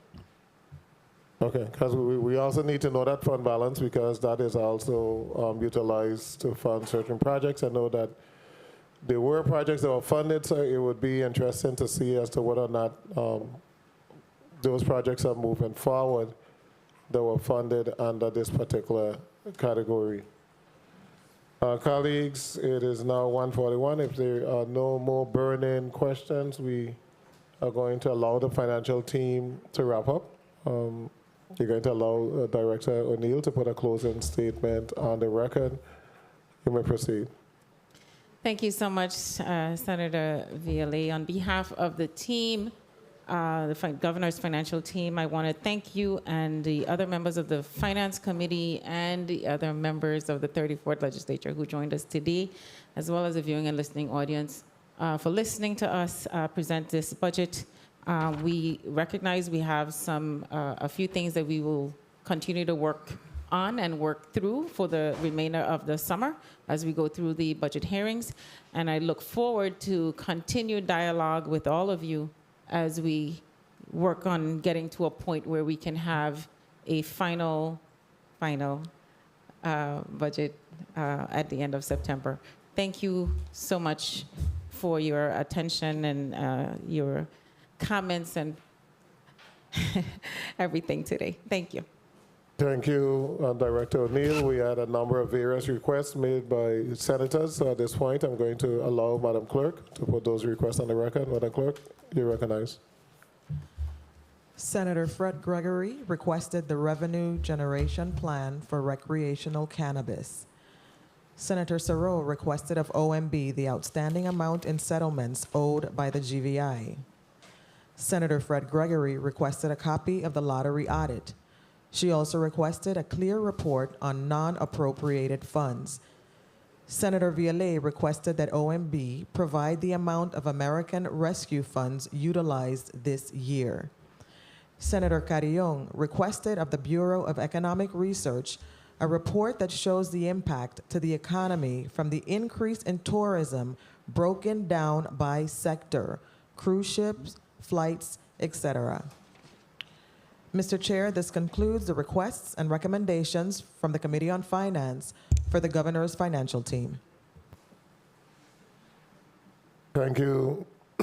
Thank you, Madam Clerk. Once again, I want to thank all the members of the Governor's financial team for coming before the body and making the presentation of the fiscal year 23 budget. We look forward to meeting with all the various departments, commissioners, and directors for detailed analysis of the 23 budget.